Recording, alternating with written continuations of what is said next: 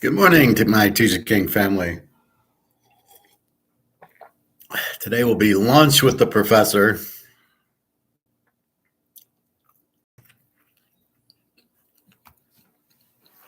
The rest of my General Chow or my cinnamon tea, which is just finishing. Just a second.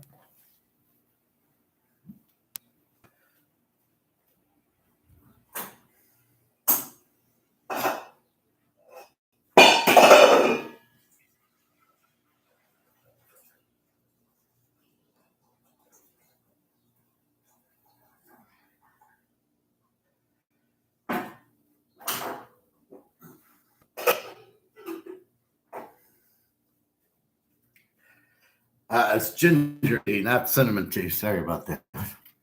What is cinnamon tea, you ask? Well, it's very healthy.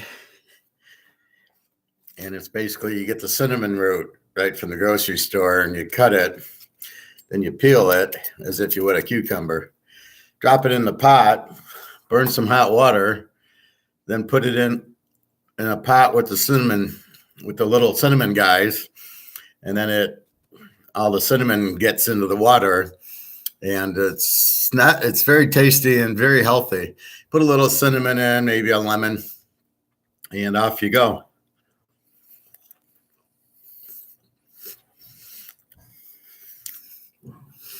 So my back felt fine yesterday after the show. I was able to go swim and I could do everything, and it wasn't any pain. I went walking. Today I wake up, it hurts. So I'm realizing it's my bed when I sleep keeps causing the pain.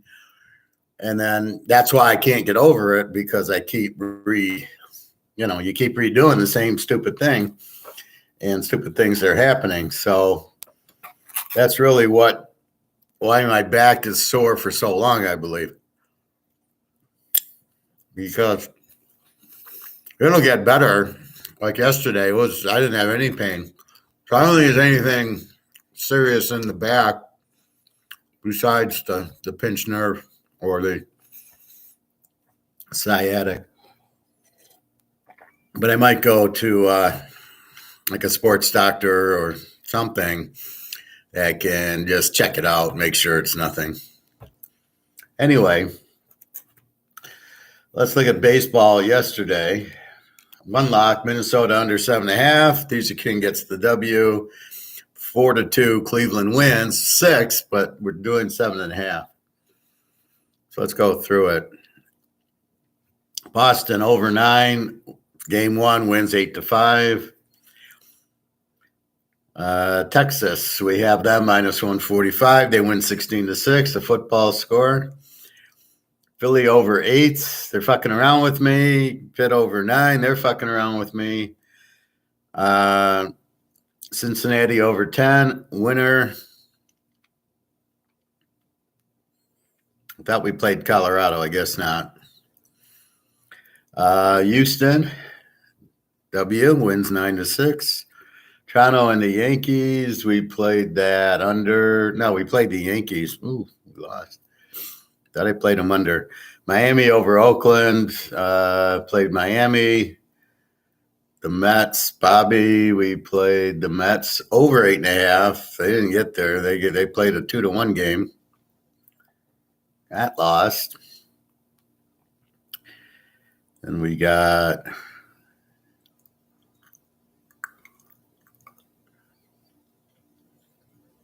What am I doing? The Yankees win. So I played the Yankees. They win 6-3. Minnesota under.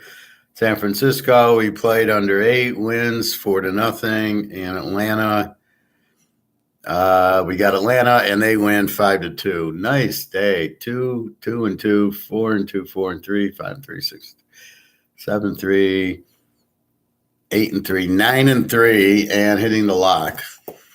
Not bad for a guy that really doesn't know how to pick baseball. See, but this is what the Teaserking does. I don't really need to shit. I need to know what variable is important. So at this stage, the variable is the pitching. You find the good pitching, the good ERA, playing a weak ERA. You find a good team, you find a bad team. That's why I'm so successful is I understand what to look for in football. It isn't time of possession. It ain't turnovers. It's none of that bullshit. If I run a kickoff back, do I need time of possession? No. I get a pick six. Time of possession? No. That's why time of possession isn't meaningful. Or is that? Let me just fill up my tea.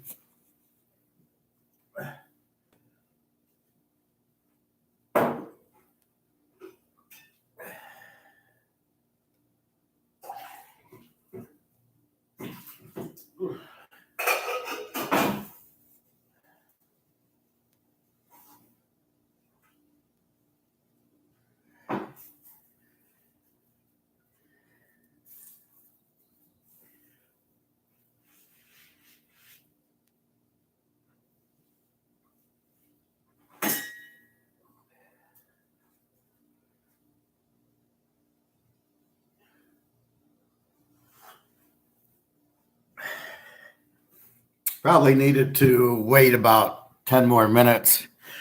You really want it to be about a 15-minute where the ginger soaks in there. Let it soak into the water. But that's okay. I got a little bit. See, I didn't know what to do with this. Do I just put it in like this? And then I saw on YouTube where you actually want to like shave it or peel it. General Chow, Bobby. We're eating the General. Okay, so that was yesterday's baseball.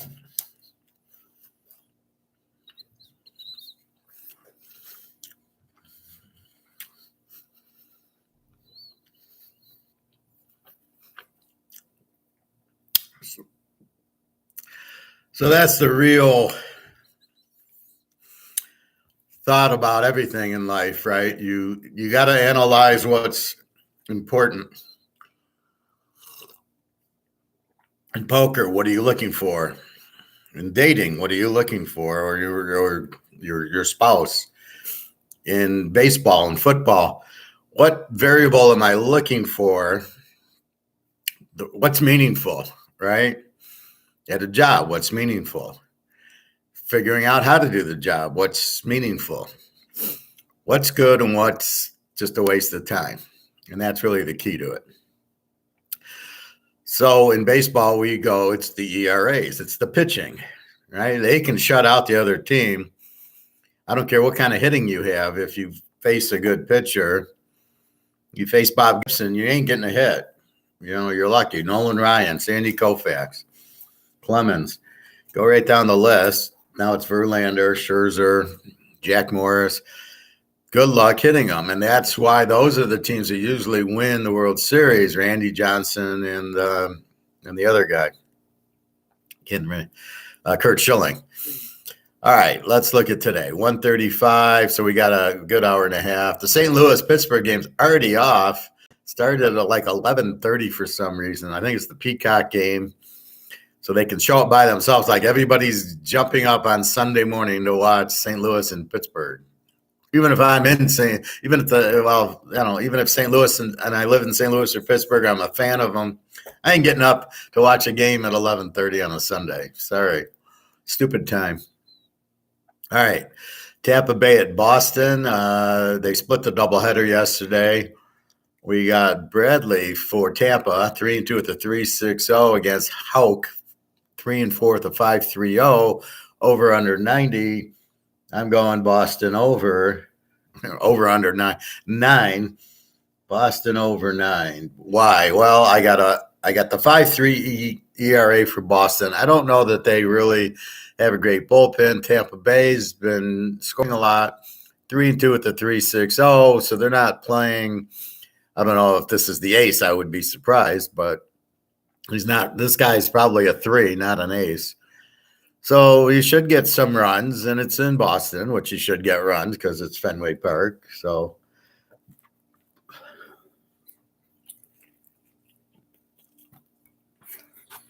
that's what I'm looking at. Go over 9 with Boston. Philly, Washington. We have them under, they go over. We have them over, they go under. Go figure, Philly and Washington.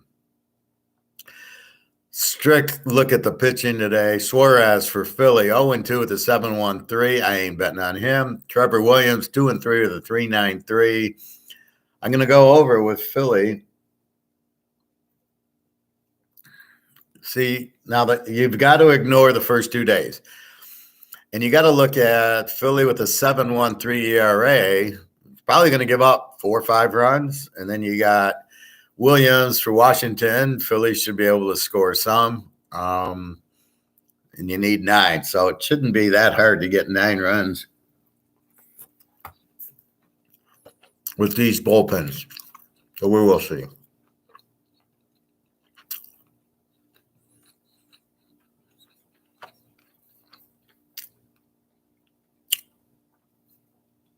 Milwaukee, Cincinnati. We got Hauser from Milwaukee, 1-1 with a 4.07 against Lively, 3-2 with a 1.99 ERA.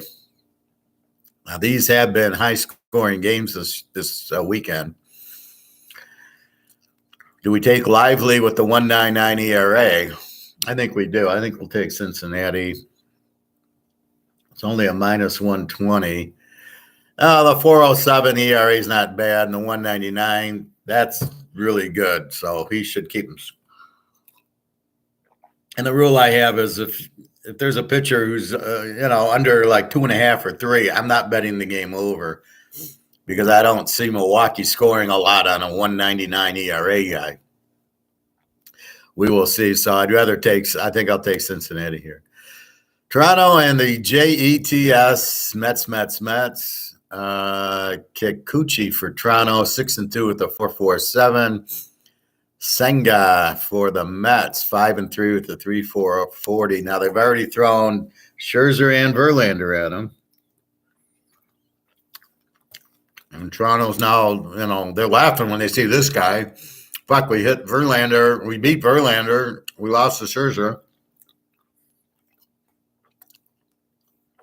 Who's this guy, Senga? I played them over yesterday, and it was a 2-1 game. So, not getting a lot of hitting with the Mets. Over under 8.5. It's hard to play under with the 4.47 pitcher. You got a 4.47 pitcher for Toronto. This is a really difficult one because based on the pitching, it's almost a Toronto bet, but their pitcher gives up 4.47, so I can't play him. Then it would be an over. In my mind, it should be an over game at 8.5, but they didn't show a lot yesterday, and I had them over. So I'm going to just pass on this game. I don't know what they're doing. I like Toronto because of the way they're winning in the series, but I can't bet a 4.47 pitcher. Now, I do like he's 6-2, but I'm going to leave this alone. Oakland and Miami, we're playing Miami because Oakland couldn't beat a good college team. Blackburn for Oakland, 0-0 with a 2.25 ERA against Alcantara. 2-5 with the 4.93. Now, I thought this guy was really good last year for about 3/4 of it. Then he fell apart. Now the guy looks like he sucks. He's 2-5 with a 4.93. I'm going to go over in this game. Miami over 7.5. Blackburn might be good. Alcantara, I don't know. I mean, something's wrong. He's 2-5, but he's got a 4.93 ERA. So I'm going to play the game over. Oakland stinks. I would play Miami, but I know I've heard of Blackburn, and with the 2.25 ERA, I'm not going to bet against that with a guy with a 5 ERA. So I don't know what's wrong with Alcantara, but right now something's wrong. So I think Miami will win the game because Oakland sucks, but I'm gonna play it over. It's only 7.5. All right, the beloved Tigers against the White Sox. Matthew Boyd 3-4 at the 5.96 against Peck. For the White Sox, 3-5 with the 4.52 is an easy one. Detroit to go over, and it's over 8.5. You know, it's funny when you listen to that on the way to the pool. The announcer's like, "Oh, this pitcher's he's hitting the black. Oh, he's great. Look at the fastball. Like he knows when a fastball is thrown and a screwball is thrown." And so when you look at it, when you're analyzing for betting, Matthew Boyd 3-4 with a 5.96 ERA, and then he'll say something like, "Well, the last 2 outings, he's only given up 10 runs." And, and then the funny part is they're only pitching 5 innings. So he'll make a comment, "Well, he's only given up, 3 hits a game." Yeah, he's only pitching 5 innings, not 9 innings. So I like this game over. I think the White Sox should hammer Boyd, and and the Tigers should hammer Kopech. So it should be 8.5. Yeah, that's an over. Colorado, Kansas City. Freeland for Colorado, 4-6 with the 4.22. Singer for Kansas City's pitching sucks. 3-4 with a 7.12. This is the third guy with like a 7 ERA. What are they doing? Colorado over again. Over 9. What a joke.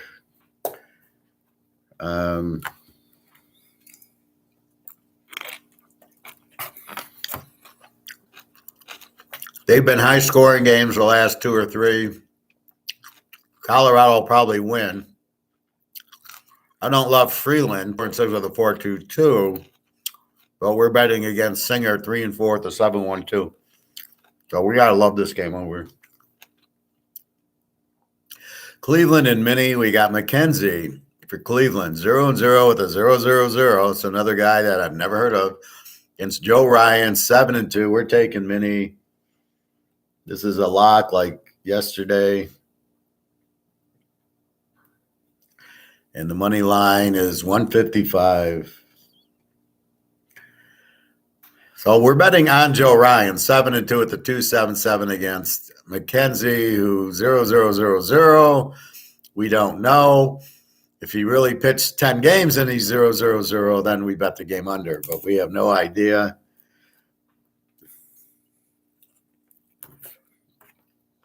So therefore, we're just betting Ryan and assuming McKenzie's called up from minor league. So we got a minor leaguer.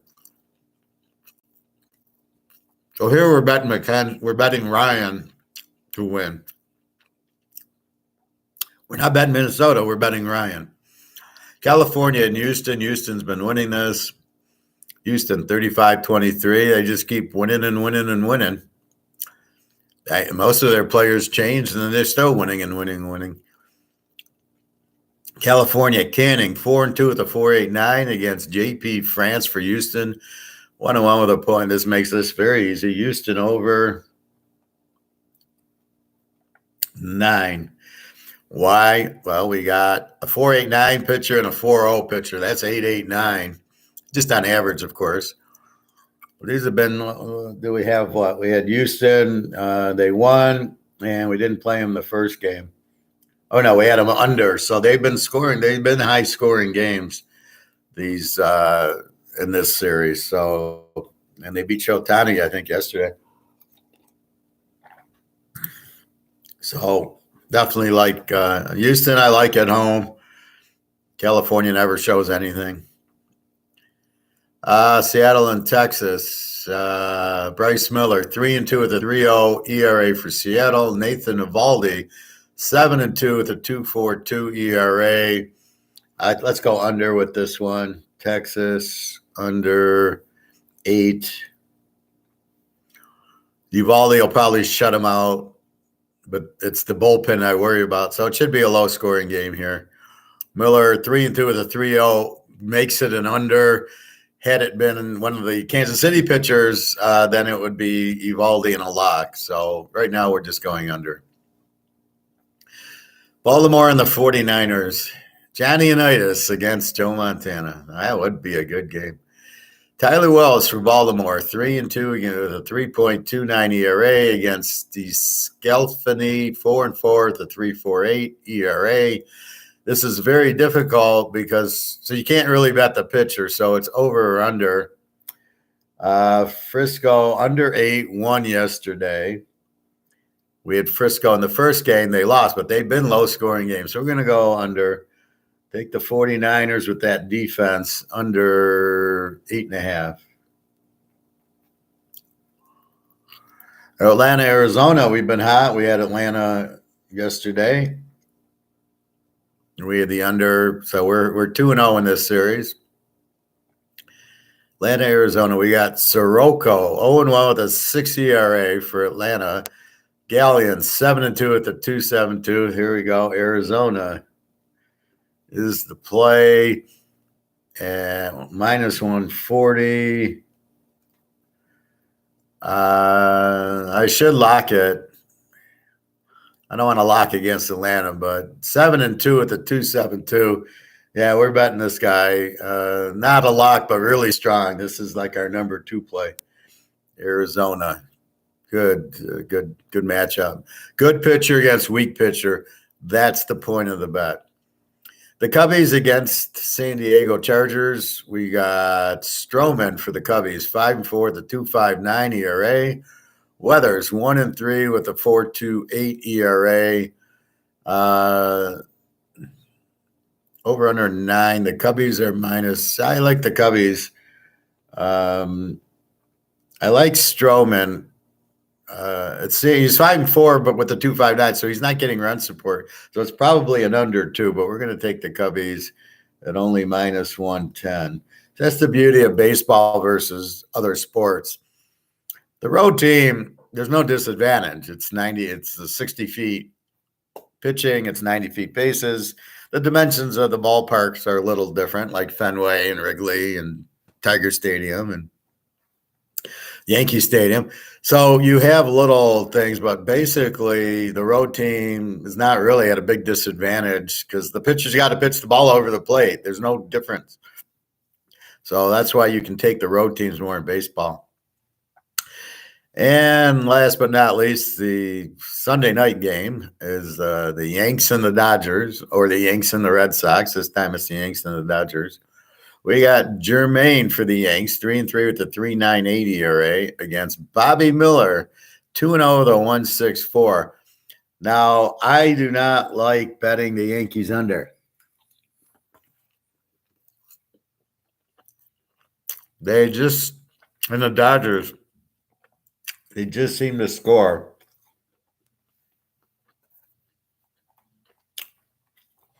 So we hit the Yankees to win yesterday. We went under 8 with Kershaw on the mound, and that didn't work.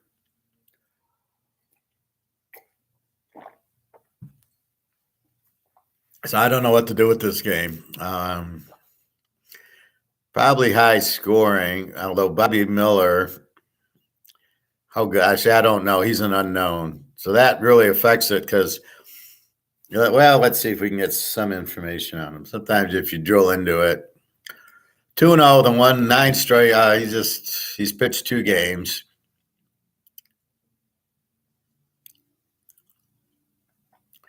So I guess they won 8-1 and they won 6-1, I guess. Pitched a total of 11 innings, 4 hits in each game. So this is, 5 innings, he gives up 4 hits. What does that tell you? 1 run, 1 earned, few strikeouts.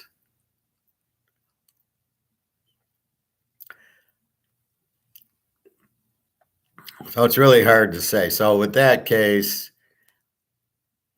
what do we got? We're going to go over. This guy's nothing. New York Yankees over 9. So he's only pitched like 11 innings, a 5 inning and a 6 inning. So this guy isn't 164 is Sandy Koufax. 164 is Bob Gibson, Denny McClain, Jack Morris, Ryan Clement. These are 164s, not Bobby Miller. Guys named Bobby aren't gonna be the man. So Robert would be serious. Bobby, not so serious.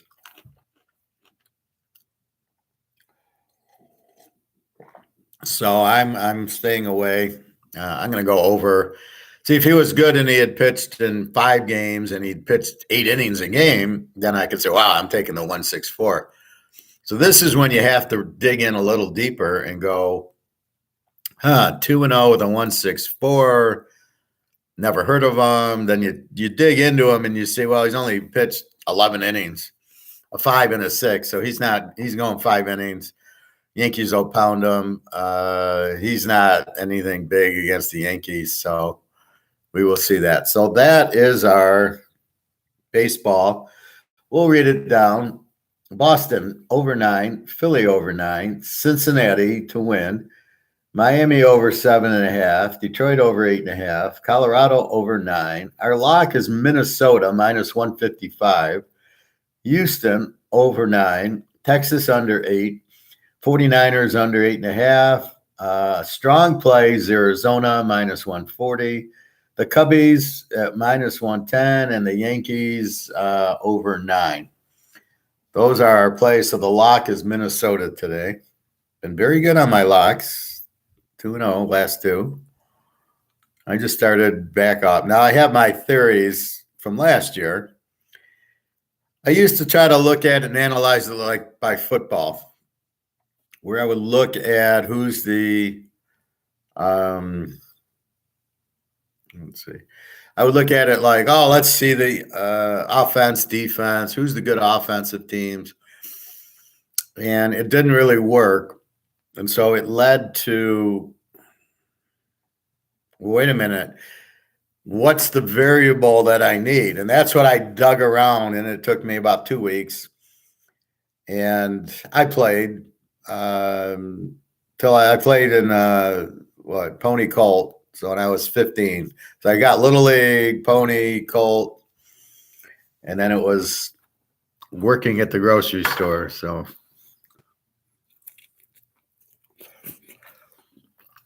otherwise, I'd have been there with Bobby. I'd have played with him on the Mets. So.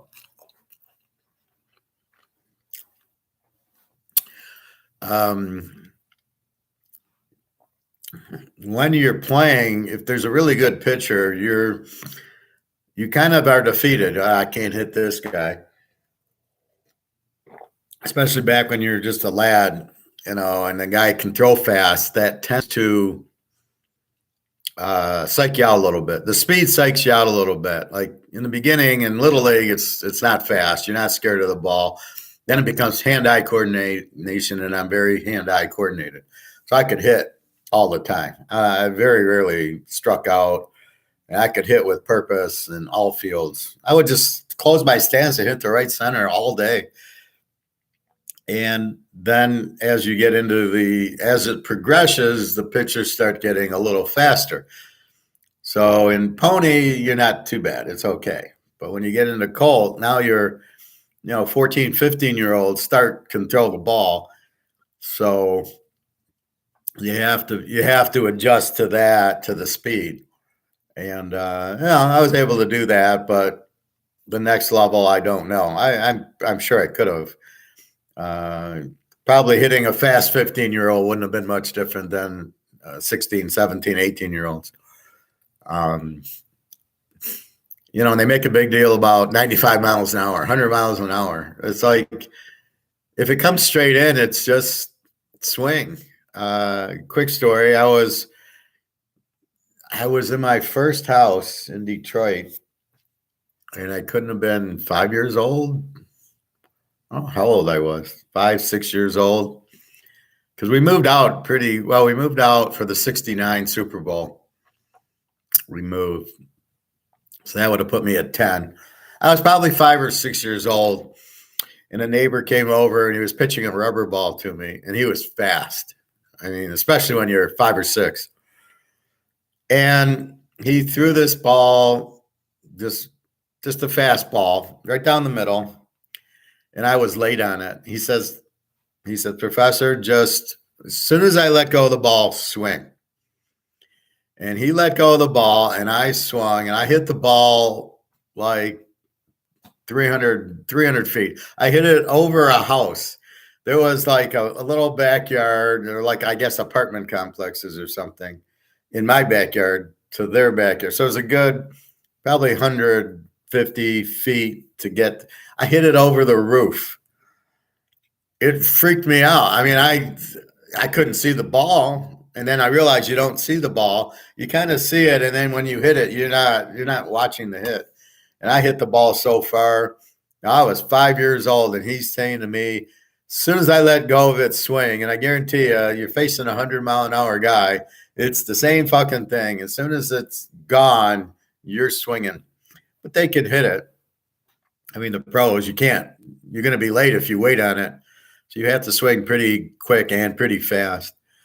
But anyway, so it was determined to me that it's the pitching that controls everything. If I had to face this guy and he had a curveball, I'd have been fucked because I'm swinging as soon as he lets go. Well, if he throws off speed, I'm 20 feet in front of it. And I played a lot. So I realized that the quarterback and the center and the goalie and the pitcher are the keys to betting. And in this case, the pitching is the key. And then I try it out and I go, yeah, a lot of winners. Okay. It seems to work. Bet the low ERAs, bet on Verlander. I make a hell of a lot more betting on Verlander than I do betting on a hitter, like betting on Judge. How the hell would you bet on Judge? You wouldn't know when to bet him. Oh, and Verlander's pitching. How many times did we lock him last year? And he won for us like every time. It was like 19-2, and we locked him like 19 times. I think we lost one game with Verlander pitching in locks, and all the other. We had to lock him a good 10, 15 times. And he won every time. He'd win 2-0. I mean, you couldn't see. So that's the key. I can bet on Verlander, but I can't bet Aaron Judge or, I don't know who these players are now. They're not too good, but that's what you do. And because I looked at it doesn't matter. I'll look at the box scores and I'll look at the batting averages, like the Tigers. They got 6 guys hitting under 220. So you would think, I'll bet against them every game and I'll bet under every game, but it doesn't work. It's who do they face? Who's the other pitcher? If it's Nolan Ryan, these guys aren't getting a hit. They're not scoring, But if it's Joe Ryan, then yeah, they start hitting. So that's the key to understanding. It's you're betting you're betting on or against the pitcher. So when you have a Kansas City pitcher who's 0-9 with a 7 ERA, everybody's hitting this guy. We're betting against him. But when you got Evaldi today, or the guy in Arizona who's 7-2 with a 2 ERA, yeah, we're going to bet on him. And that's really the key to it, is understanding that the pitcher's the key. That's how my logic works in everything. With women, with poker, with gold. It's all what is the key that you have to look at and look for. And then once you see it, then, okay, now I know what it is. And if we take poker, we're looking at the other guy. How is he? What's his reaction? And more importantly, what's his bet? Right? If he makes a big bet, does he normally make a big bet?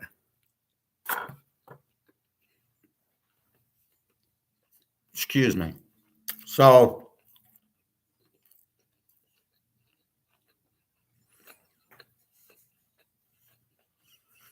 it's a big piece.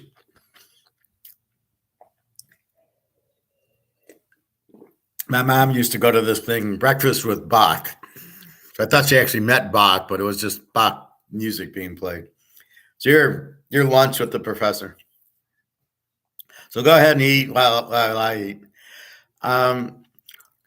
So in poker, so watching rounders, here's Teddy KGB in the first hand that he takes his 30,000, checks his aces. So you realize when he checks, he's a bluffer. When the bluffer checks, he's got a big hand. That's the first thing I would have picked up on him.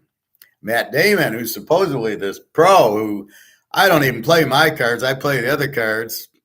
Every word, every line in that movie was such bullshit, wrong lines. It was unbelievable. So anyway, he doesn't catch Teddy KGB's check. He doesn't understand why did he check. Then he bets 2,000 on his ace nine or 500, whatever he bet on his ace nine.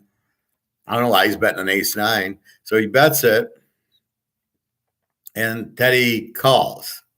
Then goes to the Orioles. He's not picking up on the biggest tell in the world. I'm comfortable. I'm relaxed. I'm taking a drink. If I'm at the table and I do that, you don't want to call me because I'm relaxed. When you're bluffing, you don't want to give it away. So you're not going to take a drink. You're not going to eat. You're going to be quiet. You're going to be still. I don't want them to pick up anything. So that's the key. So if somebody's relaxed, they got a good hand, even though they might have the facial, it's the non-facial. It's watching the TV. It's, I don't care what you do. I got you killed. I'm relaxed. I'm comfortable. I'm going to have a drink. Unless he's actually like eating dinner during the hand. That's what you take out of it. But that's what you look for. So Teddy KGB checks. Then Teddy KGB, then he gets the aces and nines, and he bets, and Teddy KBG checks. He calls. First he checks, then he calls, and then he eats his Oreo. Isn't that odd? Teddy KGB normally bets a lot. The rest of the movie, when he plays him, he's betting and betting and betting. So he normally bets a lot. Why is he checking? Why is he just calling me? Then the nine hits. Oh, I've got the best hand. Nine's full of aces. There's no way you could have aces over nines. Like, what the fuck are you thinking? So he's missing the whole points. So then he bets. So then he checks his full house, hoping he's got a flush draw and catches the flush. Yeah, where's that coming from? When if you thought that, then your aces and nine would have been a $10,000 bet as protection against the flush. You can't let the nine of hearts hit and then worry about the flush. If you think he's on a flush draw, so you got aces and nines, you think he hit a flush draw, which is highly unlikely. You know, you only got two cards. If you think that, then that bet would have been a lot more on the flop, and on the turn would have been more. Now he hit his full house.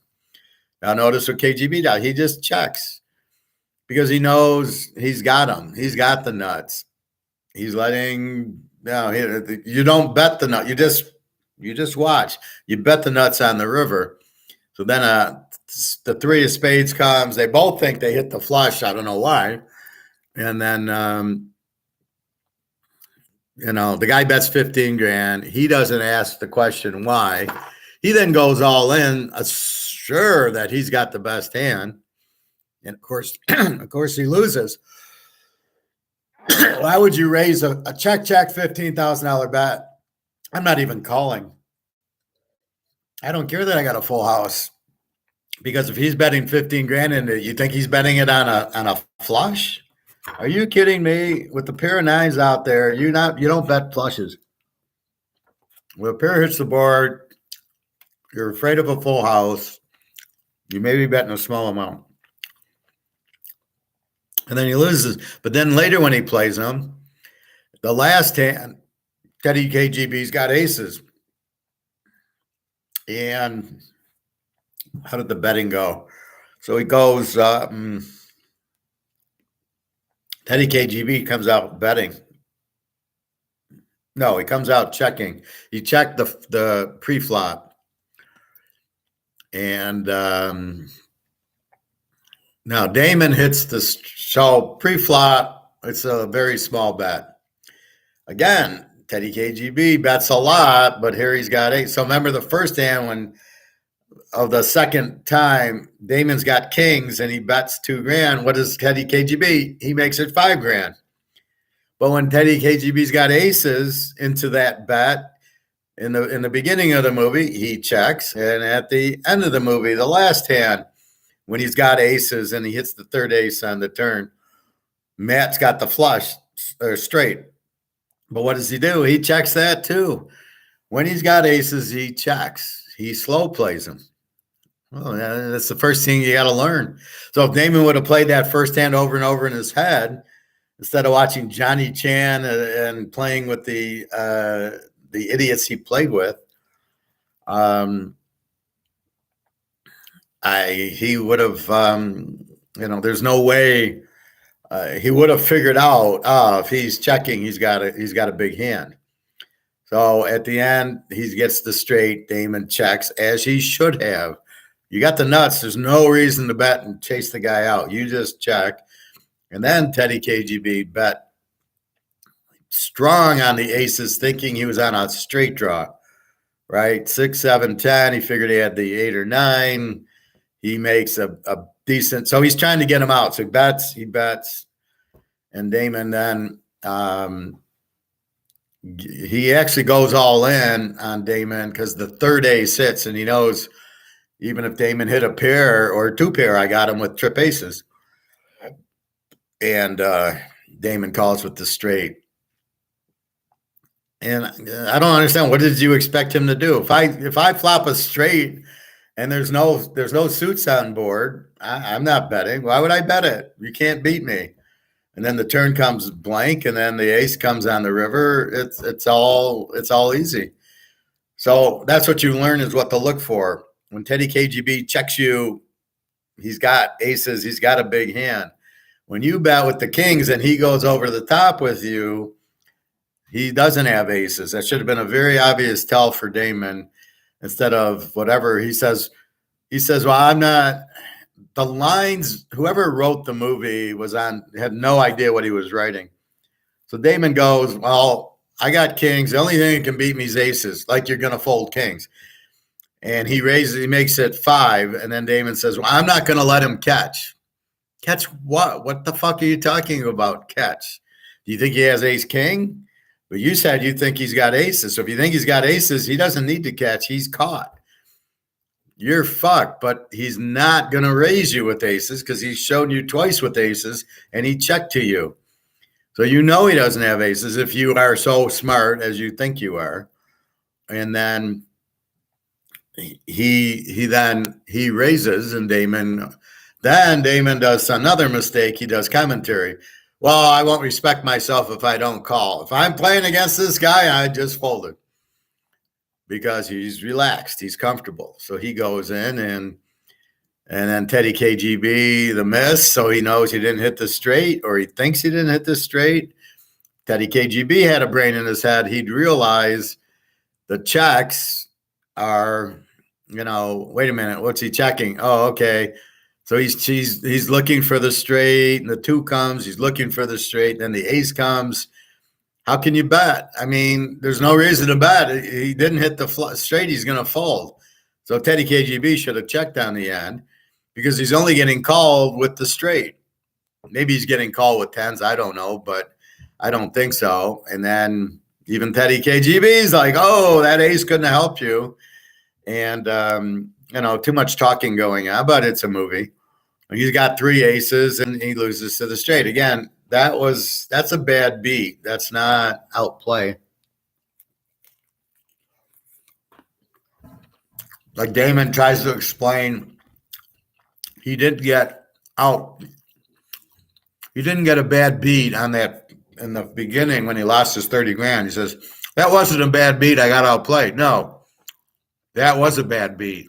Full house beating another full house is a bad beat. So again, the writer fucks up. And now, why is he playing 30 grand? Is beyond me.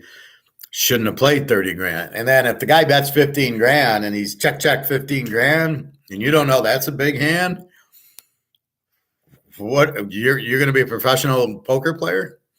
So you're watching the tells and you're figuring out the patterns. That's poker, that's women, that's jobs, that's everything. So you're always figuring out the patterns. And baseball, the pattern is bet the pitcher. Football, it's the quarterback. We're betting Mahomes to win the Super Bowl. We don't like Hurts. We don't like Tagliabue. That's why I say that. It's about, do we like them for the bet? Personally, I don't know them. Are they good quarterbacks? That's what I try to tell you. So I'm going, wink, wink. We don't like Tagliabue. He doesn't win games. He can't read blitzes.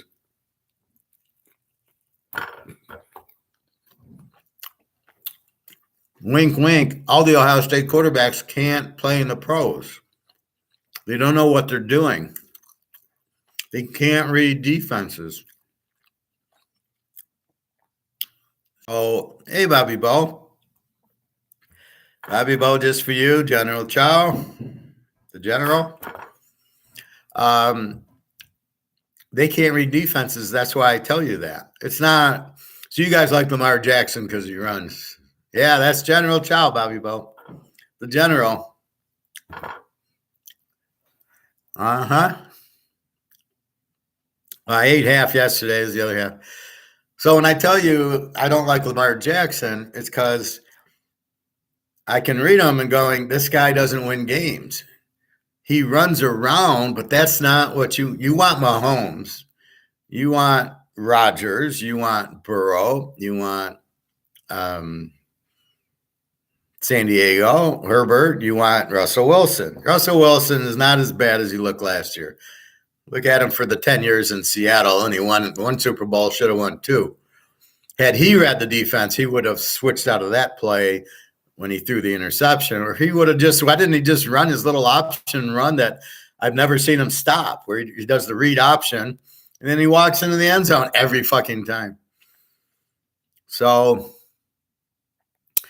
I've heard Rodgers got injured, or who knows, some minor injury, like, you know. He took a crap. Oh, there we go. Let's put it in news. I'm sure it's nothing. He played with what? The calf, played with the toe and the foot. I'm not worried about a small injury here.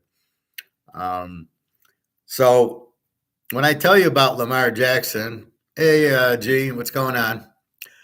All's pretty well. Yes, thank you very much. I hope you're okay. Well, I'm looking forward to it also. A couple months away, but we already looked at week one. Maybe I can look at it again today. I gave out baseball. So the one lock in baseball I gave out was Minnesota minus 155 today. And the second one I like a lot, but not a lock, is Arizona minus 140. We hit our lock yesterday, Minnesota. Under 7.5, 4-2. They lose, but we don't care as long as it stayed under. And I don't remember the lock on the day before was Colorado plus 150, and they win the game by 10 runs. I love those locks. Anyway, so when I tell you about Lamar Jackson, what am I saying? The reason I don't like him is he doesn't cover the spread. He can't read defenses. What was that game? He played at Miami. He couldn't get a first down because they blitzed him the whole game, and he can't read blitzes, and he can't read the hot receivers like Brady and Manning do. Brady knows the blitz is coming. He tells the wide receiver, I want you to do a 3-yard pass because this guy's blitzing right to this guy, takes 2 steps and dumps it to the guy wide open. But Lamar can't do that. Fields can't do that. I guarantee you C.J. Stroud couldn't do it, and none of the Ohio State, because they don't practice that. That's not what Ohio State does. If they're blitzing, they run the ball. If they're back, they throw the ball. I mean, they count the guys in the box. That's what Ohio State does. That's why they can't do anything in the pros. So again, we're looking for patterns. And what we got in baseball is the pitcher. You got to face a good pitcher, you're not hitting him. So it's either an under if you have a good pitcher going, or you bet the pitcher. Hence why we locked Minnesota today. They got an ace going, and then whoever they're playing, the guy has got like a 5 ERA. So that's what we're looking at.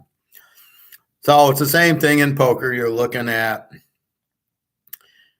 how does he bet his aces, and how does he slow play? Me, I'm a bitch because I understand what you're looking at, so I fuck you up. So I'll slow play my aces one hand. The next hand, I'll play them. I'll bet 25 with my aces. It depends how many people are in the hand, who's in the hand, and how am I doing? Am I winning or losing, and all that stuff. But I can play aces. I can slow, and then the best way to play it, the biggest pot I've won, somebody bet their kings like $50, and I look at aces. I just check it. I called their 50, and there was 4 or 5 people in the pot. Had I raised it, I wouldn't have won anything. I would have made it 150 kings calls, and I would have won. But the way I played it was just calling. I got 2 more people in. The flop comes, the third ace, a 10 and a 6. Guy next to me has 10-6, hits 2 pair. He goes all in. I got my trip aces. I call. He comes over to me. So we show our cards, and he shakes my hand. I've never had that happen to me before. And he shakes my hand like great play.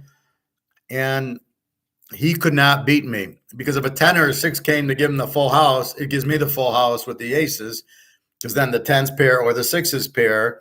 So I got aces full of 10s or 6s. He's got 10s full or 6s full. So he knew he lost. He couldn't believe it, because I slow played it, because the lady bet her kings. If the lady doesn't bet her kings, I'm going to probably bet the 40 or 50 and reveal my hand. By calling, I didn't reveal my hand. So when the ace hits, he doesn't put me on the ace, because anybody with aces would have made the bet. However, later on, different table, different day, and I look at aces.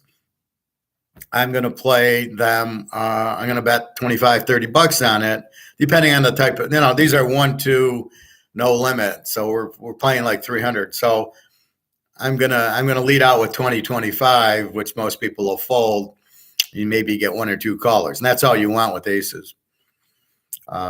So sometimes I bet 25, sometimes I check, but it depends how the hand's going. If somebody's betting and I got aces, I call. Sometimes I might bet, and I might bet it and go from there. So it depends who I'm playing. There was one hand, I was at this most aggressive table I've ever seen in my life. I mean, it was $500 pots every hand. I'm first to act. I got aces. What do I do? So I just call. I just check $2. It goes all the way around. Nobody fucking bets. The first time in 20 hands that nobody raised, I was going to then see the raise and go all in. So I was trapping. I was laying the trap, and I'm first to act, so I can't really do anything. So I probably should have bet 20 and see if I got raised. The flop comes 2-2-10. I'm fucked, because I got the whole table in. So I'm smart enough to figure that out. So I go, somebody hit 3 2s. The guy who hit 3 2s makes it 75. I have to fold my aces. Now, the ironic part is the next card was my ace, which would have given me aces full of 2s, and I would have won a whopper. Unfortunately, I can't, pray for a 2-outer. So I had to fold. Maybe if it was $20, I call. Once everybody was in, and that was the irony, is I was first to act, and I had to figure out how to play it. And it was such an aggressive table, I assumed it was going to be bet, maybe even raised, and then I was going to come over the top and nail it. And the guy with the 2 is going to be out. So I wouldn't have worried about 3 2s, so I would have been fine. But, I couldn't believe it wasn't raised. But I would have hit the ace, but I can't play a 2-outer. There's 2 aces left in the deck, maybe, if one hasn't already been shown. So I know somebody's got trip twos. I got to hit the ace. So that's why I folded. And then I would have won with the aces full. Did I play last night? No, I didn't, Bobby. I didn't at all. Laying the trap to lay the smackdown on the candy asses. There you go, Bobby. You gotta think like the Rock. You gotta. Sometimes you do this, sometimes you do that, but they don't know which one you're doing. Actually, my back felt fine yesterday. I got up from here, and I got an ice pack on my back right now, and I got up, and I didn't have any pain at all. I could bend over, I could walk straight. Everything was great. So I tell the girls my back's fine. I was going to go see a chiropractor because it was Saturday, and I didn't even need to. I went swimming, didn't have a pain. I went to run in the deep end, and not a problem. Drove to Chinese, everything's fine. I walked, everything was great all night. And so I went to the lake, walked the lake a little bit, but I didn't want to overdo it. I was fine. I'm finding the problem is my bed. I wake up, my back's killing me. I think it's too soft or whatever. It's not hard bed. It's a soft mattress, I think, or medium. But that's where my back starts hurting. So then when I get up, like now my back's fine. I got the ice pack on, and I'm. And the other thing, Bobby, is I'm making ginger tea. So this is part of a ginger root. So what you do is you cut it in half, and then you use this on it, right? The grater, which you would use on a cucumber, and you slice it, right? You slice it off. Then you make a big pot of tea, and you pour it into another pot, and then you put like 3 of these in, and then you let it sit 10, 15 minutes, and the ginger comes out, and then you have ginger tea. And you can put honey and cinnamon and lemon in it, whatever you want. Yeah, I don't know if that helped or what, but like I said, I was absolutely 100% yesterday for the first time in a long time where I could walk and there was no pain. Now, again, this morning, I don't know if it's just because I was sleeping, if it's stiff, and I'm going to see after, but I don't know what I got. I mean, why is my back bothering me this morning? But it's the bed, I guess. It tightens it up, unfortunately. And then, I'd rather just wake up normal and then off I go. So I don't know, but it's definitely better. So no, but I didn't play cards. Again, I'd rather go buy more gold and silver. Now, let's look at so that's what you're trying to do is figure out what you're doing. Now I'm in the mood for some Chinese. I thought you had Chinese yesterday. I got a little bit more general. See, now what I'll do with so you get all the sauce. So now I'm going to put a hamburger in there. So I have hamburgers left. So I'll use this sauce and I'll nuke them up. Or I can make an omelet with it. Haven't decided yet. So, so that's what you're looking for is the variable. You can see it in poker, as I just explained. Baseball is the pitcher. Now we got basketball. What's the variable in basketball? Is the superstar. It's Michael Jordan, Magic, it's Bird. If you have one of those, that's the variable. They can't stop it. He's going to win, especially a Larry Bird or a Magic. Here at Denver, 8.5. 216. It was a 104-93 game. Not really high scoring. I don't know the 216. Denver's up 1-0. Who needs the game? Nobody really. If Miami loses, then they go home for 2, and then they can tie the series. If it's 1-0, if Miami wins. So there's probably a little more pressure on Denver. They don't want to be 1-1. They want to go 2-0 with 2 games in Miami.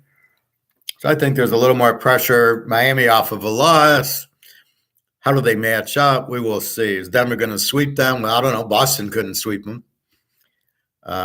Milwaukee couldn't sweep them, so I don't really know. I'm eating a few Nathan hot dogs with cooked onions. Sounds good. You eating a bun, Bobby, or you're not eating the carbs?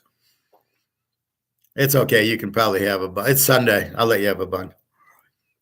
Um, but that's really what you're looking for. So what does Denver have? They got Jokic. Who is he good or not? I have no idea.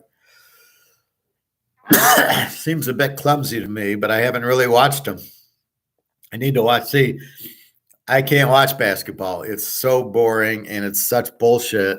Oh, he touched the guy. That's a foul. I'm used to seeing Dennis Rodman knock Jordan on his ass and nothing called. Or not, or Lambeer and Bird, big time wrestling or something. Even Kareem and Bird fought. Robert Parrish and Leonard. That's what I'm used to seeing. This is like Boy Scouts. I can't watch this. I'm spoiled. I've been with the hot girl. Now the rest of the girls, I can't. No, sorry. So I don't really have a say on this. I think, I don't know. It was pretty close. I think Miami an 8.5 after a loss will be competitive, and maybe Denver wins by 6 or 7. I don't know. Now Denver has that Jolie guy. They call him the Joker. Is that whatchamacallit? Is that the girl, Jolie? I can't think of her first name. Brad Pitt's wife's on the team? Well, that'd be cool. Maybe Brad Pitt will be there. I don't know. I think Denver wins, but I think it's close. Jokic, yeah, that's what I'm saying. He's the big guy that looks very uncoordinated. I don't get him. I don't know why he's so hard to stop. Just put a point guard on him. You put Isaiah Thomas on the guy, the guy doesn't score because Isaiah Thomas is going to strip him every single time because he had the fastest hands in the West. I was in a class. I went to Oakland University before my undergrad, and a guy in my class tried out for the Pistons. This was probably a senior in college. He tried out for him, and he said he had to go up against Isaiah. This guy was pretty good, and he couldn't even – Isaiah stripped him every time. He says Isaiah's got the fastest hands he's ever seen, and I don't doubt it. And so I can see if Isaiah plays this Jokic guy, he'll never get a shot off. Isaiah would kill him. He's a tremendously big door, but somehow unstoppable as he scores from everywhere on the court in awkward ways. Yeah, well, you put Isaiah, you put Rodman on him.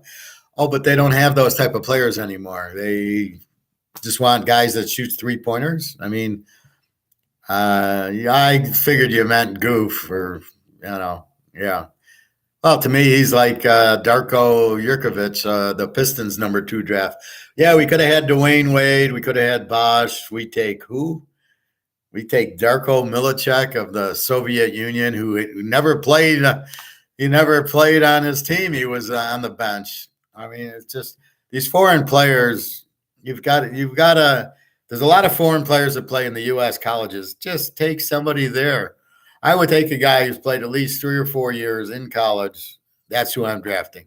These one guys who play as a freshman, I wouldn't touch them. And I don't think any of them has ever done any good. I don't think Moses Malone and LeBron, but I mean, these one-and-done players, I think they're all in the D-League, and they all suck. And why you would keep drafting them is beyond me. I would draft a guy 3 or 4 years. I'm not even sure. They just had the draft, and this guy from wherever, the Italy League or whatever, it's like 7'3" or 4", really skinny, a little bit athletic. You know who he reminds me of? He reminds me of Ralph Sampson. We all know how good Ralph Sampson was. He was like 6'7", 4, 7'5". He did nothing. He could dribble. And then the other guy was the guy drafted ahead of Michael Jordan, who hurt his foot and never played. A great pick by Portland. The guy from Kentucky, I can't think of his name. That's who I think this 7'4", 7'5" guy is. Are you kidding me? You're gonna risk that on a guy who is 110 pounds to play pro basketball?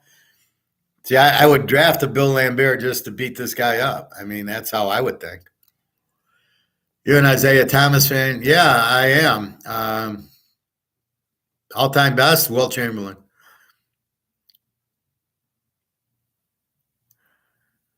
Yeah, I met Isaiah Thomas. You like this story, Bobby. So I was going where I lived. There was a kind of a party store, but I would get pop or chips or cookies or whatever.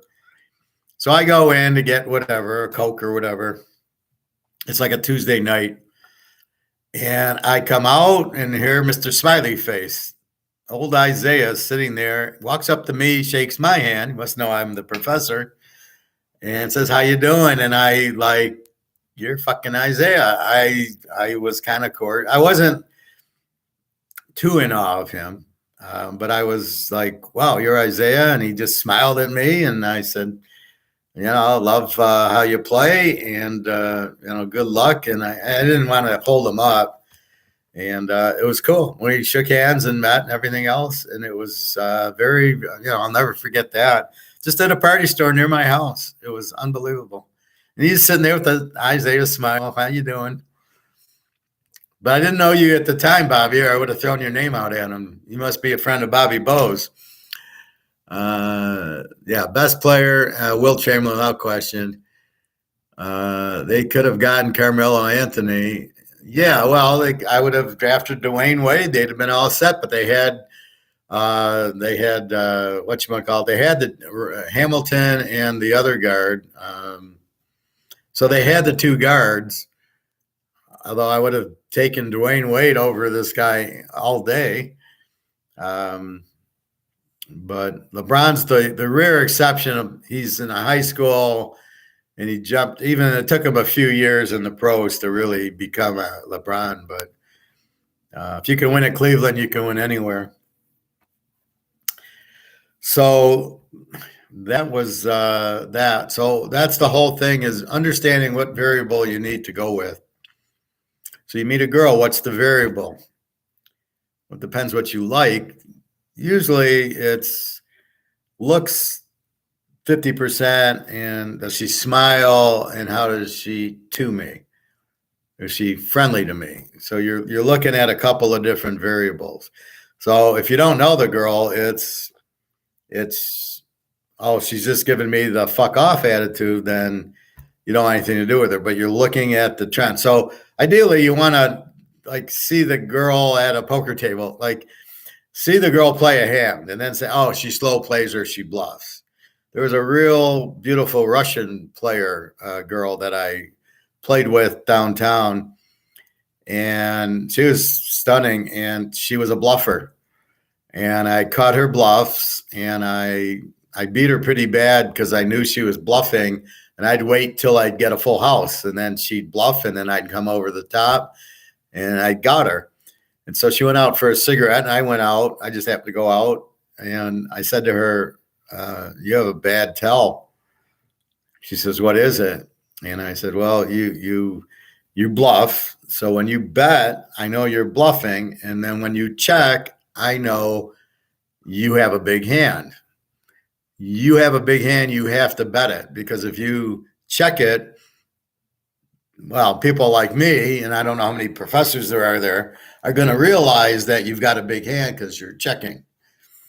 So that's what I did. But ideally, it's hard to go up to a stranger. She's not ready to meet, a professor and, come on too strong to her. So you've got to kind of look at her a few times and get her rhythm and get her tell, and then see, does she smile or not, or does she not? Then oh, this girl never smiles, so don't expect a smile, or she smiles with their family, so maybe you'll get a smile. So you're looking for the tell, but you're looking for the what's important, like we are in baseball. We're betting the pitcher, and poker, but with girls or with people, are they friendly? Can I'll say hi. How do they react? And that's really the tell that you're looking for to figure them out. He's a cool guy for that. Good stuff. Thomas was part of the bad boy. Yeah, I know. The team that MJ had issues with for years. He never beat him until the end. The end, he beat him, the last one. Well, he couldn't beat Boston. So MJ lost to Boston 3 or 4 years in a row. Then he lost to the Pistons. I know he lost to the Pistons in 88, 89, and 90, and I think 87. So there was 3 or 4 years he lost to the Pistons. 3 or 4 years he lost to Boston. This is why I scratched my head going, well, he's the greatest because he won 6 titles. He won 6 titles once Boston was gone in Detroit, and Isaiah hurt his Achilles and quit. So he didn't beat anybody good. Who did he beat? Karl Malone? I mean, Jesus Christ. So that's why I kind of tend to not think Jordan's all this great. Is he a good player? Of course. But, you know, you're the fourth best player after Kareem, Magic, Bird, and Isaiah. You're the fifth best. So once all of them leave, now you're the best. That's like LeBron. Well, he's not playing anybody. Steph Curry's a shooter, and this Joker's, I don't know what he is, but to be the best, that's why I like Magic, because he beat Isaiah, he beat Bird, he beat Jordan if they played, so he beat the best. Bird had to beat Isaiah, Bird had to beat Magic, and that's the whole key. That's why they're better. That's why I like Montana over Brady. Montana had to beat the 84 Bears, LT, and, he beat 81 he had to beat the Cowboys in 81. Then he beat the Bears, the 84 Bears with that great defense. And then 88 and 89, he had to beat LT, I think. So he beat superstars, and Brady really didn't beat any supers. When he did play Ray Lewis, he lost, and he played the Steelers, and the bus beat him. So he didn't win a Super Bowl for like 10 years because they didn't have a defense. So that's why I say that. It's who did they beat that makes you who you are, not that shit. But the bad boys were very exciting basketball. They'd win games. You could bet unders all over. They'd win the game 71-67. And you didn't care. They won. And it was very tough. Chuck Daly, great coach, doesn't get the thing. Anyway, so Denver 8.5. I think Miami and 8.5 is good. Let's read through the NFL just because it's exciting. Week 1 in the NFL. I did it yesterday, but I don't care. KC 6.5, 53.5. I still like KC to win. I tease it to even. The Lions are just badly coached, no quarterback, really no receivers. They have this St. Brown guy, but he's going to be the main guy. They're going to double team him. And who do they got? And this guy from Alabama who gambles and lies about it twice, saying, I didn't bet. Then he says, well, I don't bet on anything. Well, yeah, you were on whatever. You're on FanDuel and you made a bet. That's why you're suspended. What the fuck are you talking about? So anyway, they don't really have receivers. They don't have a defense. Mahomes will pick them apart. So I like the game over anyway. Carolina, Atlanta -3, 43.5, probably an under game. Atlanta's going to play Army-Navy football this year. All the running. Carolina, they're in bad shape. Houston, Baltimore 9.5, 45. You cannot trust Lamar to cover more than 3. Houston will not score in the game. I love the game under. Cincinnati, Cleveland, Cincinnati 2.5, 47.5. I love Cincy plus 3.5 with Joe Burrow all day. And Deshaun Watson, I don't know, he hasn't played in 5 years. Is he going to be any good? Jacksonville 3.5, 44 over Indy. Let's see who Indy's quarterback is. If it's Matt Ryan, I would like the Colts as the dog. There's no way it's going to be. They got C.J. Stroud. No, they got Richardson. There's no way it's going to be. Richardson will never quarterback. So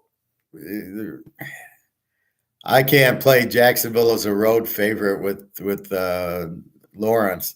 So I guess it's under 50 in this game. Jacksonville decent. Indy's got no offense, and Indy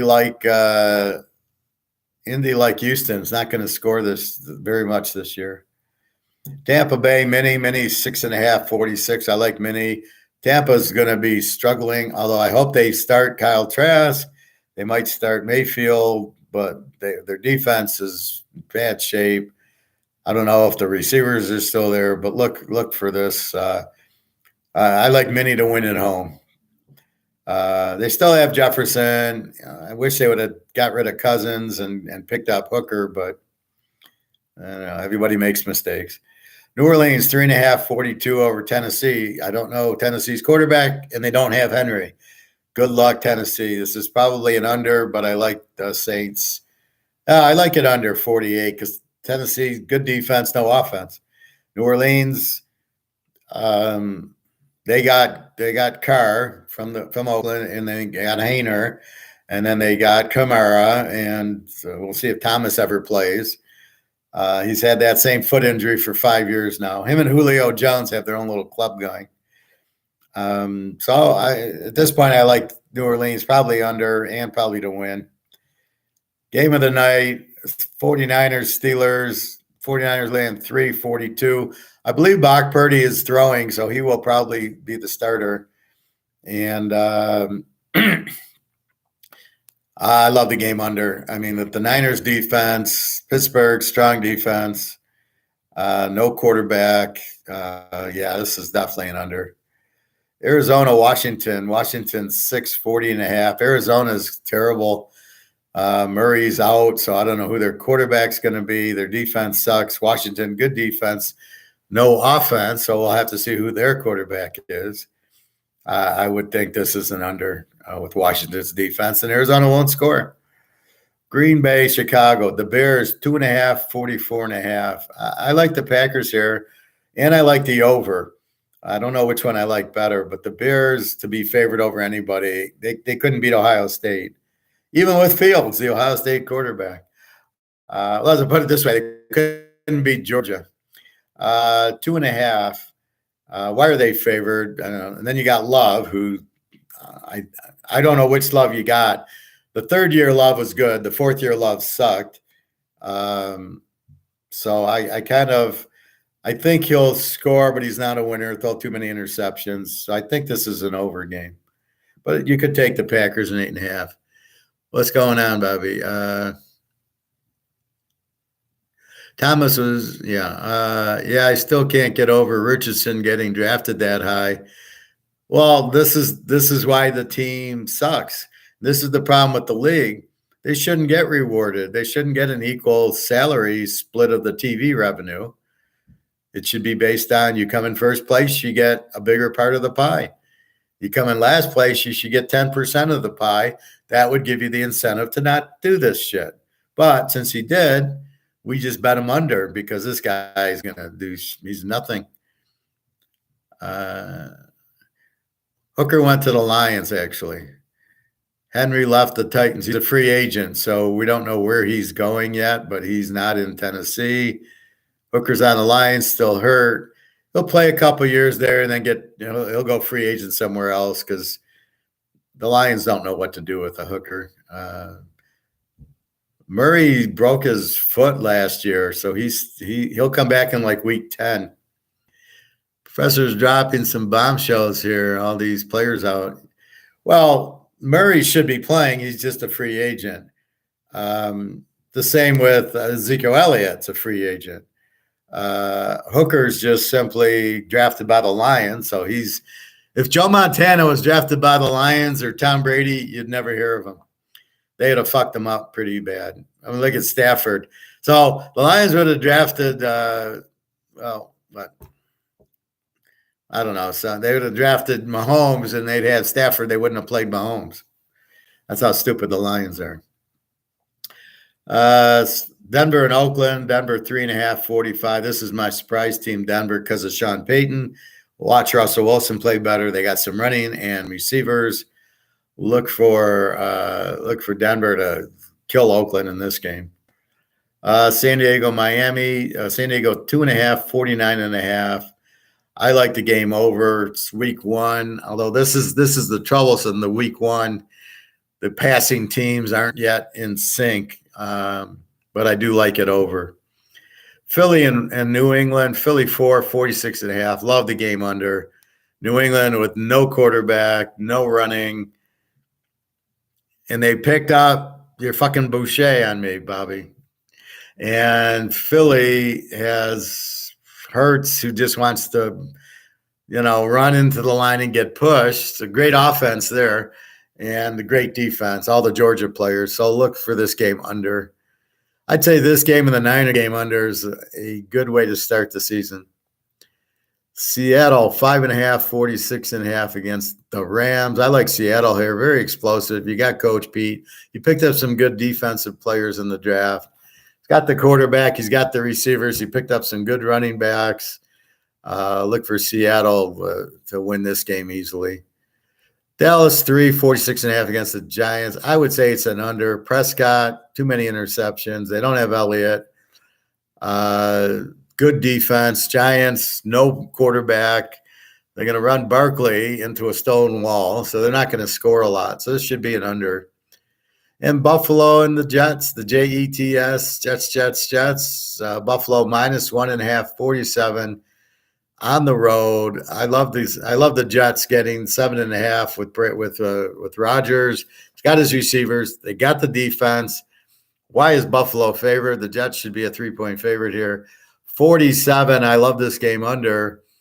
Rodgers plays a lot of under games. He kind of milks the clock. If you notice, he doesn't hike the ball till 2-3 seconds left. So he shortens the game. He's looking for the weakness. He's trying to run that, get him off sides, get the free play in. Very crafty. Buffalo ain't seen nothing like this guy except for Burrow and then Mahomes. But it's different because they have a defense. This is probably equal to Cincinnati, the Jets. I see this game being under because if Von Miller's back, and I'm not sure he's back, but let's say he is, not going to affect Rodgers, but it should be I would think, a low-scoring game with the Jets. I think they played like low 20s last year in both their games. So that is the NFL.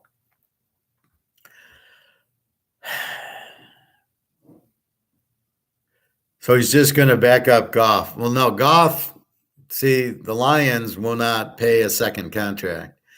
That's why you saw Slay go to Philadelphia. All-pro cornerback, they don't keep him. The running back they had last year got 17 touchdowns. Second contract, don't want to pay him. Now he's on New Orleans. So the Lions won't pay. So Goff is up. He's owed a lot of money. They'll never pay him. They'll go to Hooker. They'll screw him up because it's the Lions. But, yeah, he's the backup, and he'll ideally play next year would be the thought. Yeah, so this year he'll back up Goff. Like Kellen Moore. They ruined Kellen Moore was so much better than Stafford, and they didn't play him. And you heard me talk about him all the time. Goes to Dallas, plays in one game, throws for 400 yards, and breaks his ankle, and that was it for Kellen. But he should have. The Lions had a superstar, and they kept with Stafford, unfortunately. Lions messed up more after he was the man at Boise. Yeah, well, why did you draft him? If you have Stafford, why did you draft him? And then you never played the guy. I didn't. But that's the line. That's why the Lions never win. Their brain capacity is not smart enough. All right, hold on. I'm going to refill my ginger tea.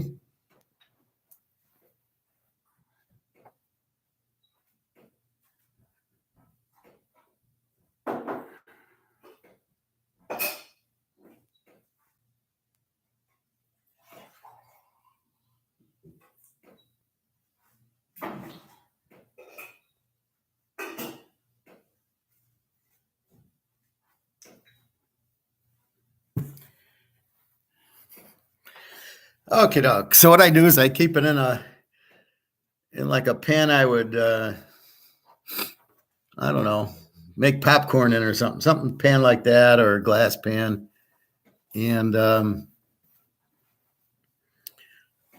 just putting my ice pack back.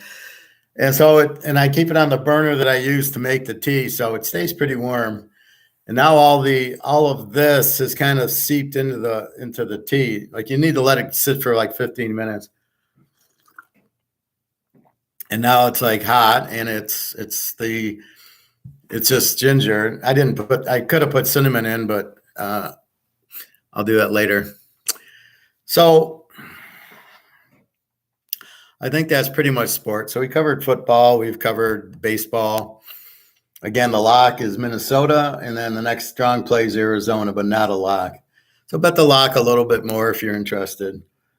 Normally I sell baseball. Right now it's too early. I'm trying to get my legs. Yesterday's lock, Minnesota under one, and then the day before, Colorado at a plus 150 wins by 10 runs. Okay, here we go. So I'm on eBay. So here's your prices. You want a half ounce, it's $12.91, which doubles is $2,500. That's a lot for a half ounce. And then the 1 ounce Eagle, you can buy it now for $20.80. So my advice is I'd rather buy it on eBay at $20.80. I buy it now, free shipping from bullion exchanges. So apparently they must just be an online place. So my advice is if you do buy it, to check the feedback. Now your only problem, is it any different than JM Bullion? Probably not. You're going to pay them and then they're going to ship it to you. And this is free shipping, so it doesn't even cost you. So if I want to buy a 1 ouncer, I can buy it for $20.80, and I guarantee you that's about what it would be at my guy's store if he has it. So I might buy $10 more. I might pay $20.87. I might pay even $2,100 at my guy's store to get it, give him cash, and walk out with the coin. I don't have any risk there. So I do add risk that I gave him the money. Is he going to pay it? Now that's when you go to the feedback. So if we go to the feedback on this guy,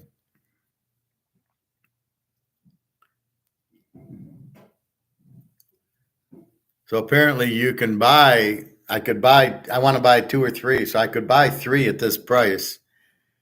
And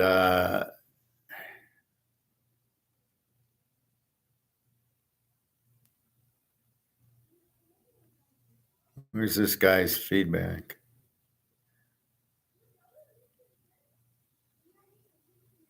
Get the item you ordered or money back. About the seller, he has 257,000 positives, 99.9. So he had 1 negative, 99.9 positive feedback. So he's a good seller. So you don't have anything to worry about with that coin. Just an FYI. These are open, not closed. But again, buy it now. You don't have to fuck around with. Now there's others. So be careful when you see an auction. So all these are 2088, 2083.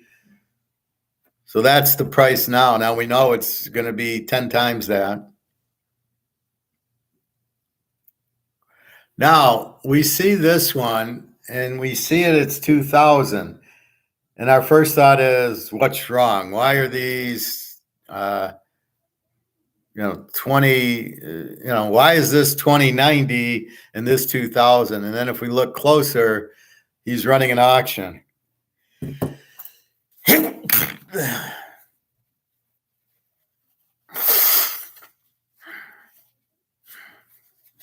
Excuse me, a little cold. So he's running an auction. And it ends in 6 days and he's at 2000. So it'll probably get to 2100. Why he's running an auction instead of a buy it now what does he think he's going to get on it? You think this is going to get to 2300?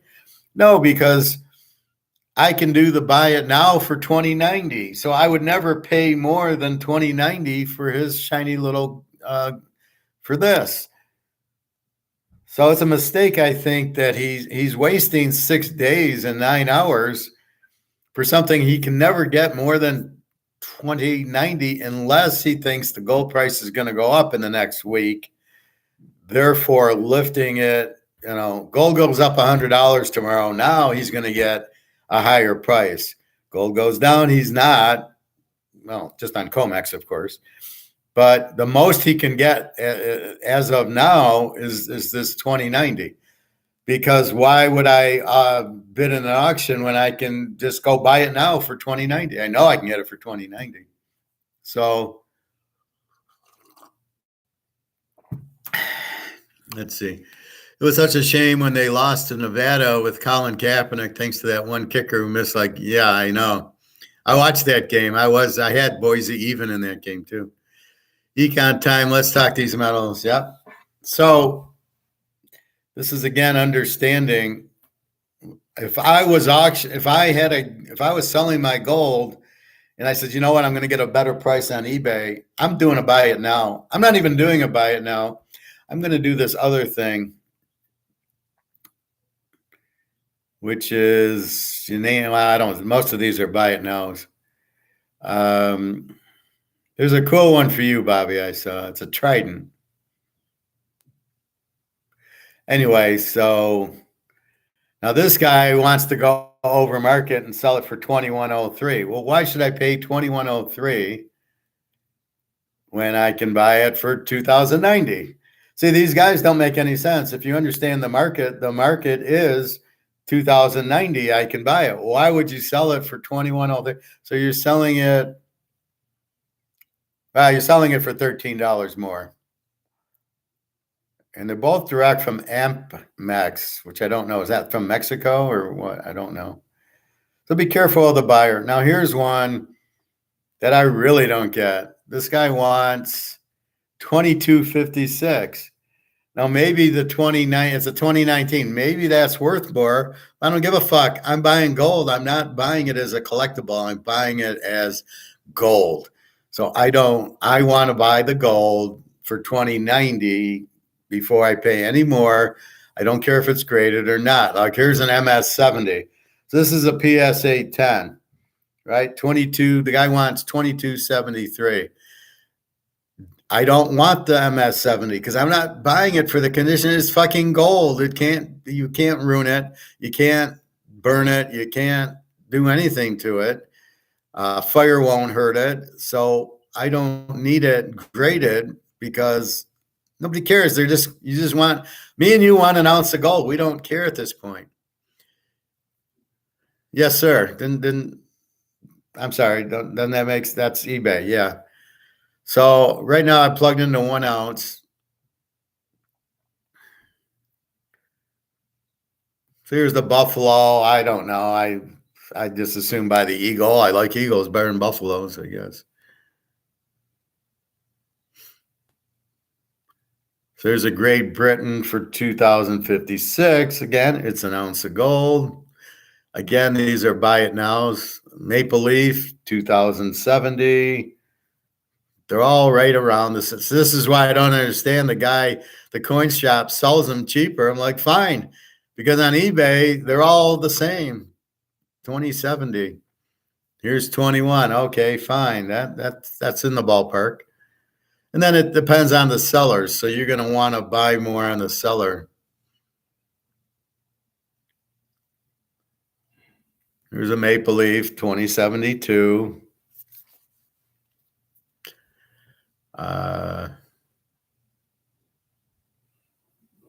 Here's an eagle for 2095. Well, you're just figuring 2100. Now here's another guy on a 1/10 ounce is doing an auction. Again, this ends in 3 days. I don't understand it. If I'm selling gold, buy it now. If I'm trying to sell Bobby's Canadian Club 12-year-old, which by the way, Bob, this is purchased in 1997. So this is now 07, 17, 25. This is now 30. This is now Canadian Club 37-year-old because it does age in the bottle. It gets better in the bottle. It's not 12-year anymore. So I don't understand the purpose of an auction. I would just do now. Again, this guy wants to be over market. This guy's trying to sell the ribs for $40, 21.56. The half ounce at $12.91 doesn't make sense because it's 1,300 is 2,600.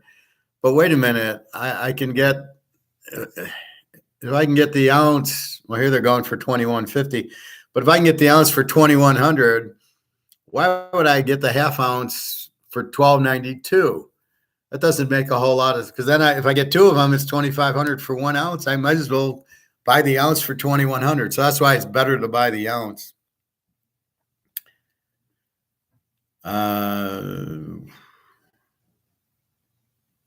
Now I do notice these proofs are worth more.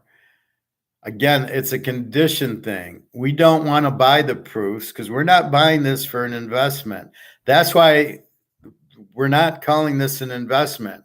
We're calling this preserve our wealth.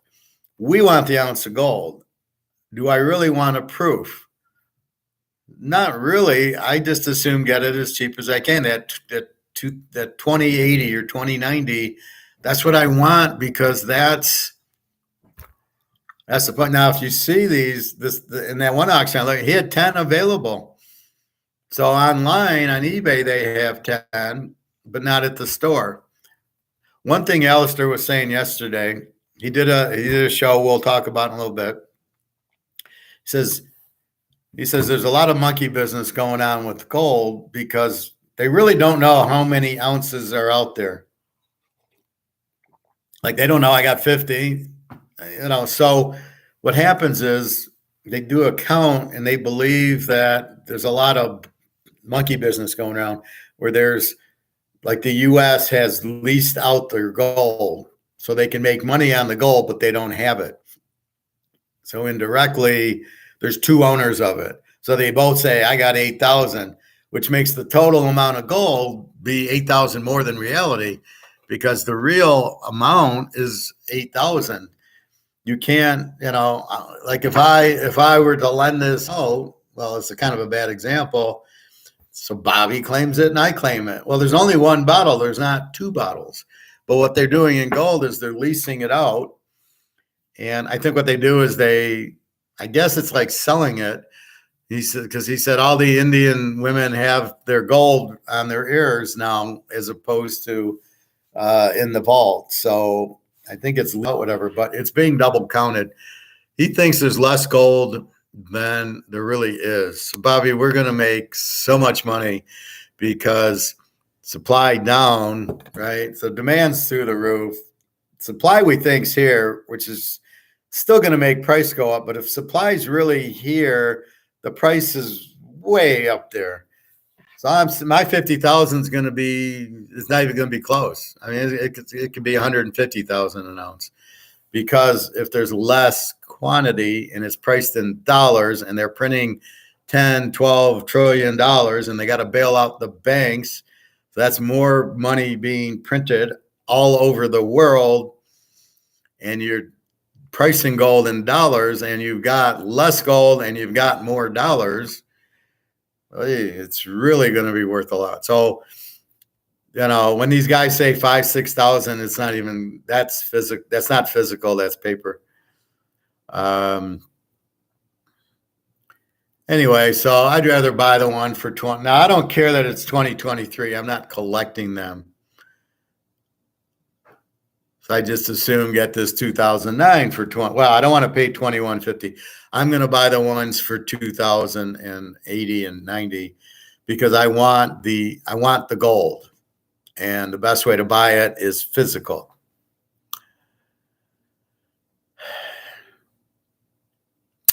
Our Eagles, my favorite design. I like the Eagle. I like the maple leaf, and there's one I want to show you, this trident, if I can get to it. See here, 2006. It doesn't seem to be year. It's all roughly the same. Oh, this is JM bullion. You got to be careful. The JM bullions are much more expensive than the others. That's why we're seeing these higher ones. So stay away from JM bullion. I like this one. This is a kangaroo. That's Australian. That's their 1 ouncer. Um, that's 2061. Uh,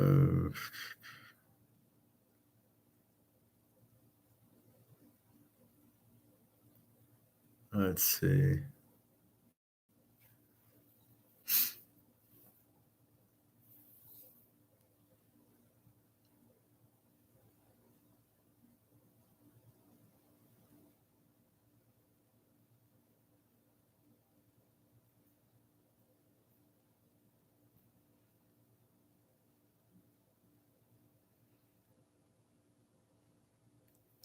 So now here's one that's I don't get it. It's 2,300.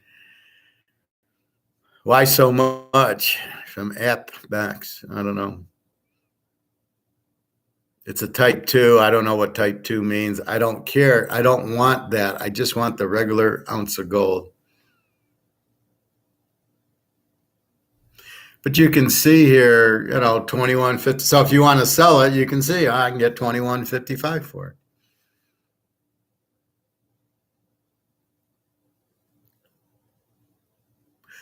See, now again, you look at it, this is a half ounce, and then you see the price and you wonder what's wrong with this. And then you see it's an auction, 7 bids. So when you see something that's wrong, you dig in. And that's what I do very well in everything. When I see something's wrong, when the hot girl comes up to you at a bar, you're like, okay, she want my money? What? She doesn't know me. Women don't just go up to guys they don't know unless it's some scam. So again, that's an auction that ends in 4 days. And again, I don't know what he's doing. He'll never get more than 1,100 for it. 21.24. So here's the Cougaran 2056. So it's really not much different than the Maple Leaf and the Australian kangaroo. They're all roughly 2070, 2080. So if I can get it $70 cheaper at the store, fine, because I can come here and sell it for 2056. I'll do that all day. So that's why I don't get why he's such a discount at the store, why it's not 1 ounce of gold, why the American gold goes for more. I don't really understand it. Here's a big elephant for you, Bobby. The Oakland A's, 2134. This is a big 5 elephant coin from South Africa instead of the Cougaran. Here you go. Here's a King Arthur, King Arthur gold. I love this one. From the Royal Mint, 2140. Buy it now. Why would I buy? Why would I? I'll spend 2,080. Why would I spend $60 more? Well, I'll go through one more. I'm looking for the Trident for you, Bob. You like this Trident? It's from Barbados.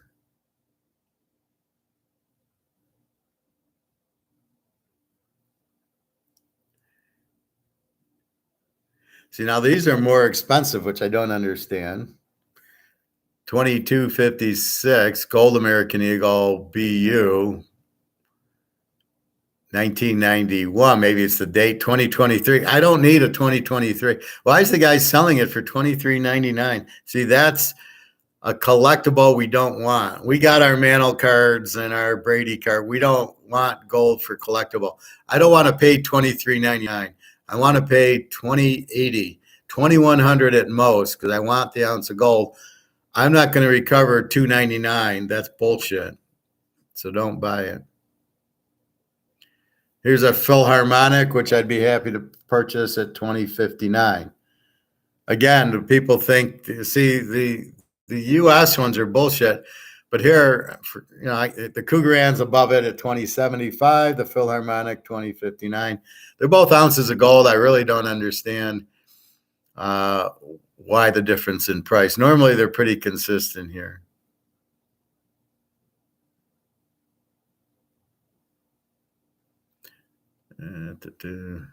Here you go, Bobby. This is for you. I can see you, King Trident. That's for you, Bobby. You got to buy that. 2058. That's chump change for you. It's from Barbados. It's 999 gold, 1 ounce, 2058. So it'd be a nice piece to add. I'm sure they have it in silver for you, Bobby. I thought that was cool. So anyway,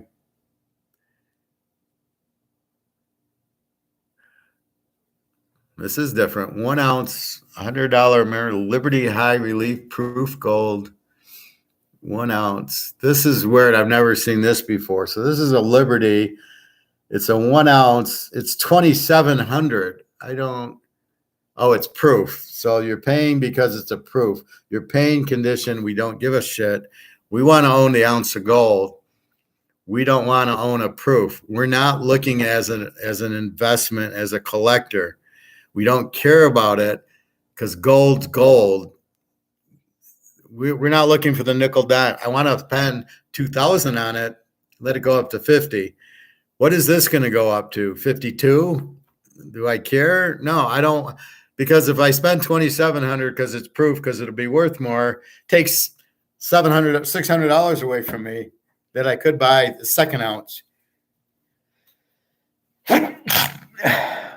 So I want to buy as many ounces of gold as I can to get, and so I want to buy them. That's why I buy Cougarans and Maple Leafs. They're cheaper. I got 50 ounces of gold. It doesn't matter if it's Maple Leafs and Cougarans or dollars. As you can see, they're very little difference, especially on eBay. At the guy's store, he wants to rip you off, but here it's not. So let's take a look at silver.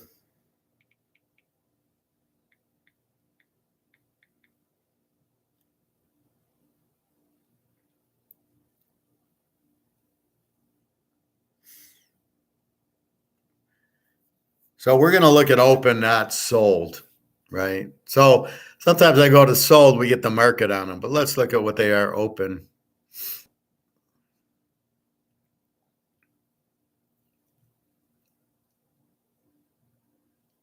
So here's a roll of 20, which we have several of, 742. Buy it now. Here's the Maple Leaf. This is 100. All right, let's go to 1.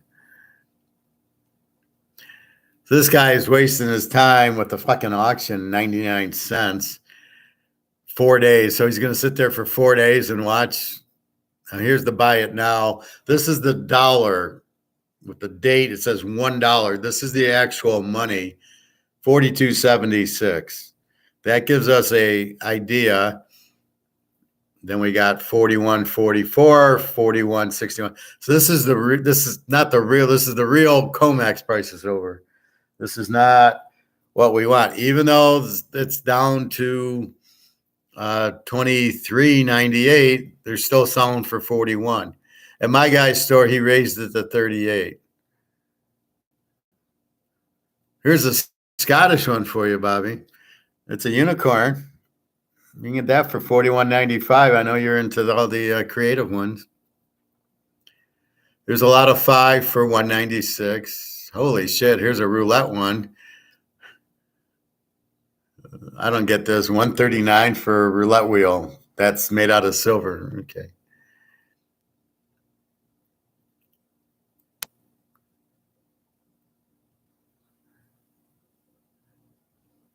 This is 29 or best offer, and then here's 48. I don't understand this one here. A 1 ounce silver eagle for $29.99 or best offer. It's from China. Be careful with that. So he's taking less because he's China. He's probably doing an FX transaction. I'd be very, very leery of that because you pay him. He's got to ship it from China. And what happens if he doesn't ship it? You're going to go to China and get it? That's why he's offering the discount. So let's look at the seller. If his name's Z, I'm not doing business with him. It's a brand new one. Now, where's this guy getting a 2023? They just came out. Yiggly Jiggly is the seller. and 100% positive feedback. More than 10 available.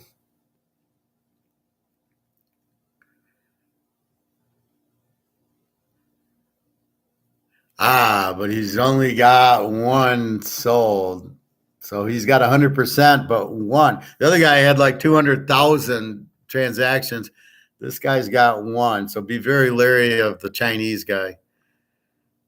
You might buy one and see how it goes, but be very careful. Where's the Chinaman getting U.S. silver anyway? Sounds like a scam. $48. See, that makes sense. $48. So this guy, this Chinaman is best offer.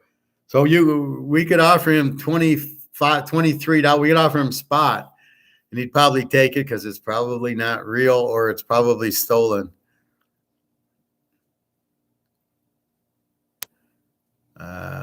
Here's a good one for you, Bobby. A Maltese cross, $38. You don't see that at the store. Let's see.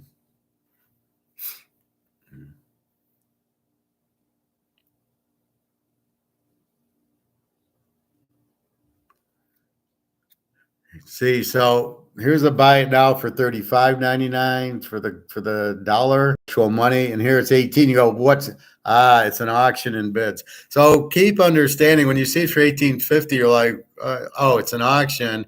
It's got 7 days left before he gets the $35.99 that he could have got now.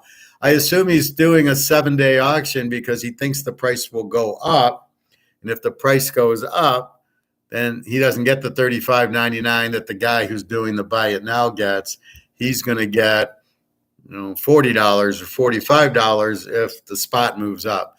That's the thought process. Oh, here you go, Bobby. A lobster, not a pig's ear, but a lobster silver, $35.99. Oh, sorry, Bobby, I didn't see. Alligator, yeah, I'll do an alligator in a little bit. By the way, you gotta try Indian food. I don't like Indian food. I've tried it. I like meat. I don't want to eat hummus.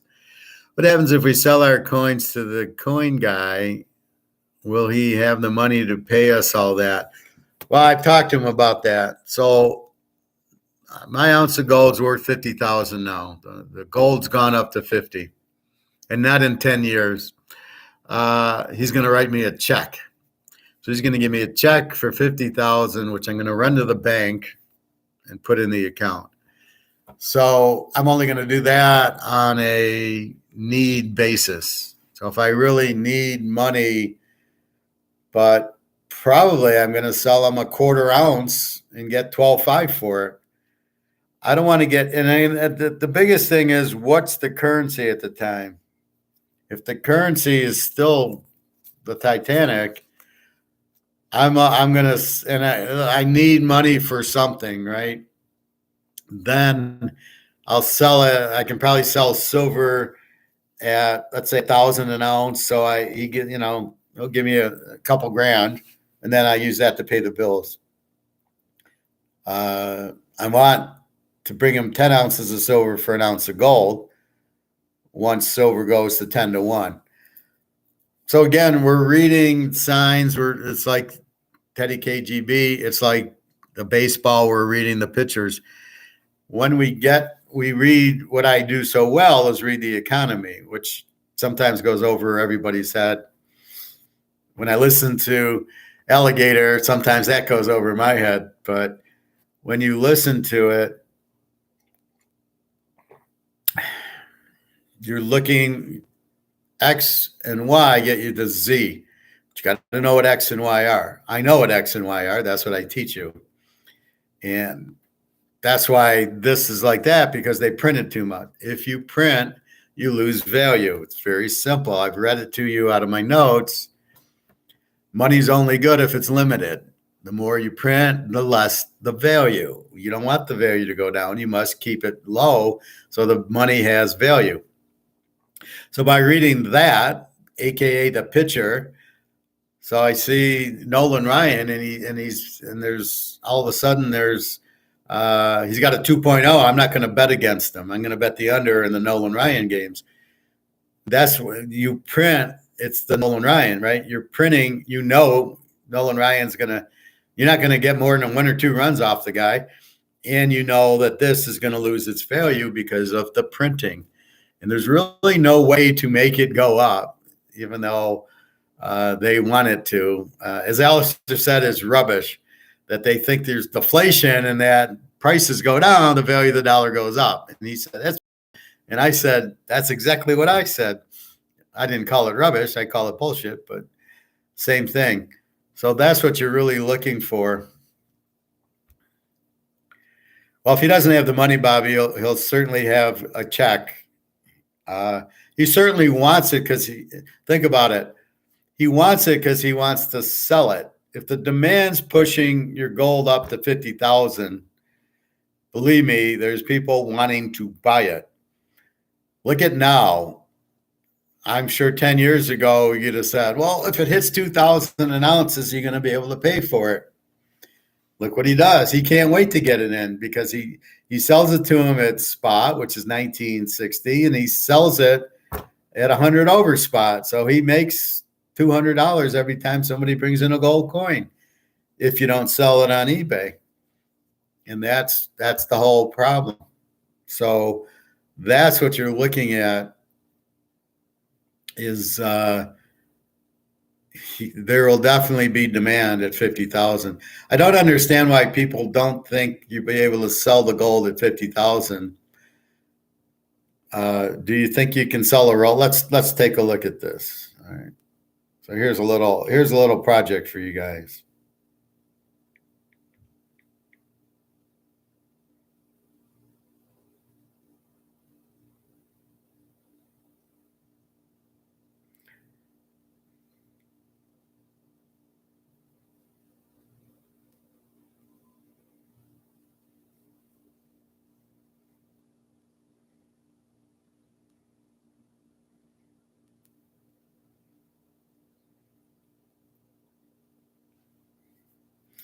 Here's a Rolex. These are sold. You got 13,000 for it. Does that help answer your question? So right now, this guy sold his Rolex for 13,000. Here he sold it for 8,500. Right? These are all the sold, right? He sold 8,500. Let's see if we can get a big one here.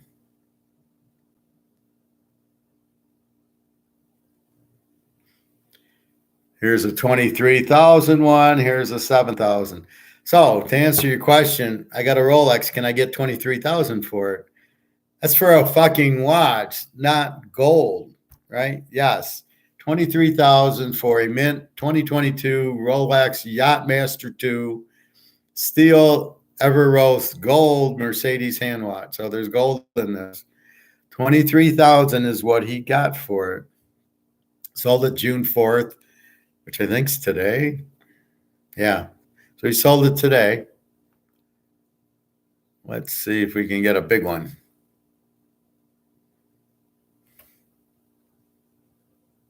Is the Submariner the big one?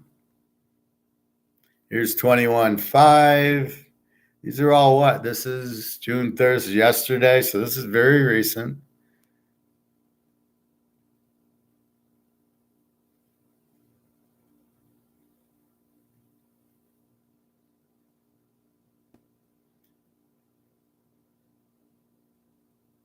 Here's a $15,000 one.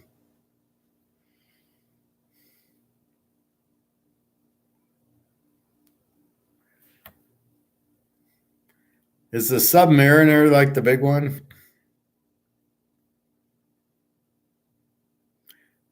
Let's see. Men's Rolex watch Submariner.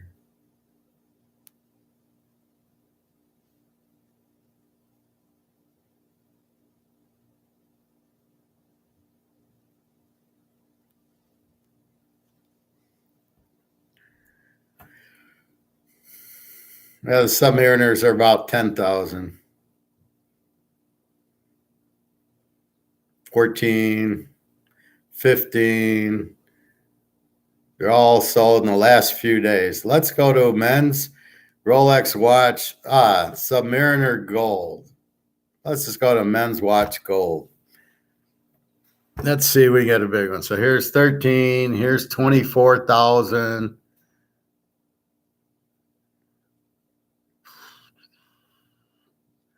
Here we go. Now we're getting into Bobby's area, 43,000. So does this help answer your question? If the gold's worth 43,000, this guy just sold a fucking watch for 43,000 on eBay. Do you think you're going to have a problem selling your gold on eBay for 50,000? There'll all be demand. There's always demand, and these are gold Rolexes.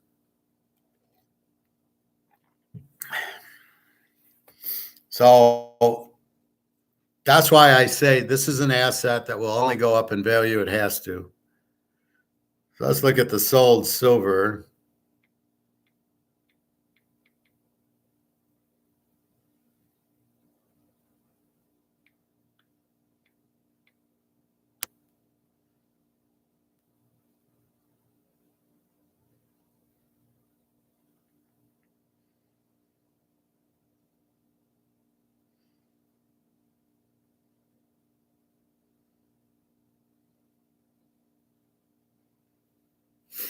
All right, the sold silver ones.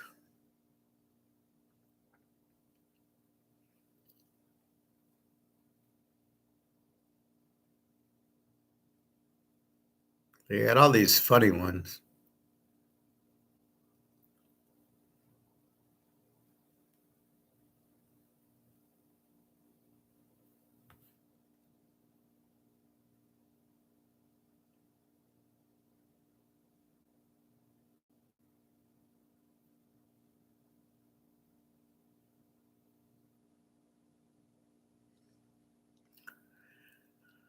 All right, let's see. Silver Eagles.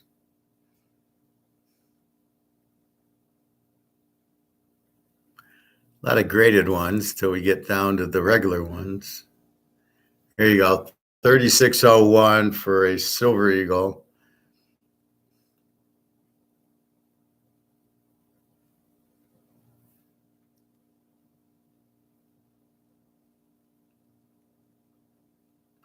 See, the people are trying to sell a lot of graded ones. I don't know why.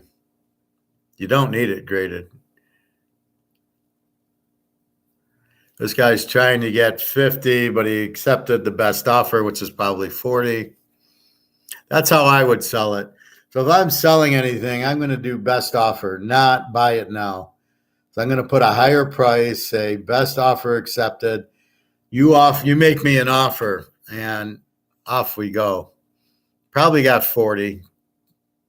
That's about it. A lot of graded ones.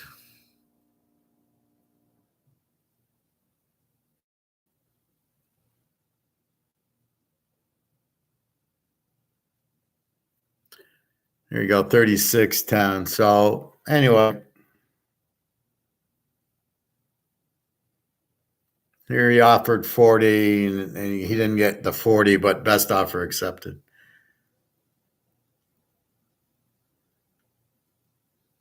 Anyway, you should be able to get these at $4 over spot for the bullion and 38 at the store. Let's see what the bullion's going for.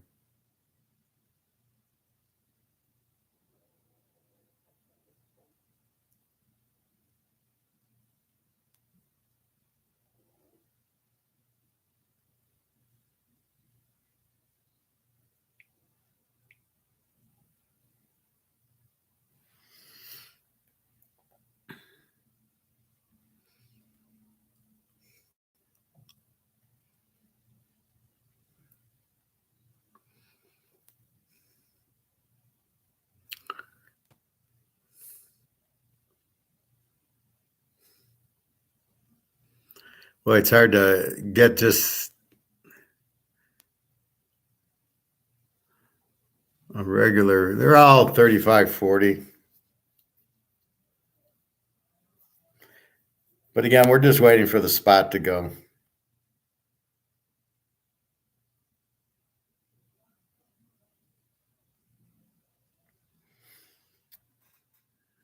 There's 32.50.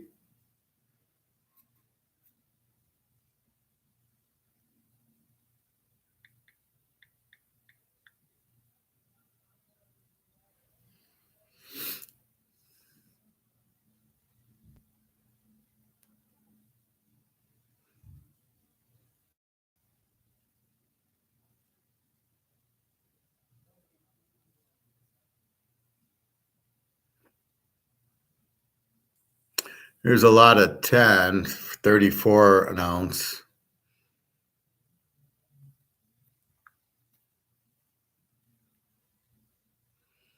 There you go, 41.35. So they're all over spot. Anyway, that is our look into the real gold market. And as I'm saying, you could, I'm looking at myself. I'm adorable.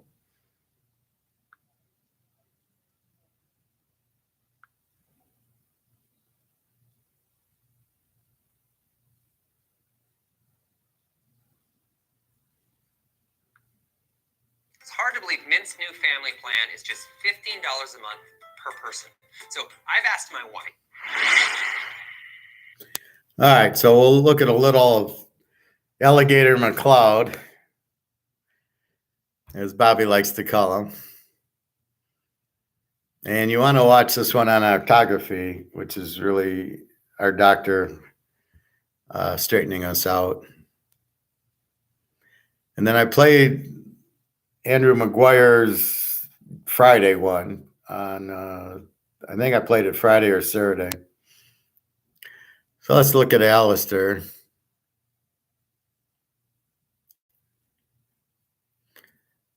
I didn't write down the minutes. Usually I try to write down, like, go to the 5-minute mark and show it.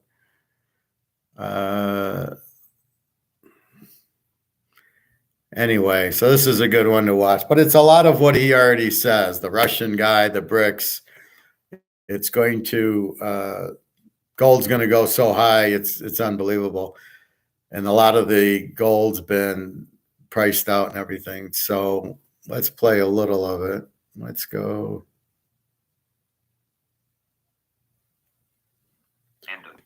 An uncomfortable constraint on the spending aspirations of politicians and their desire for even bigger government. It is important to recognise that the debt limit hasn't just been raised, this time it has been suspended.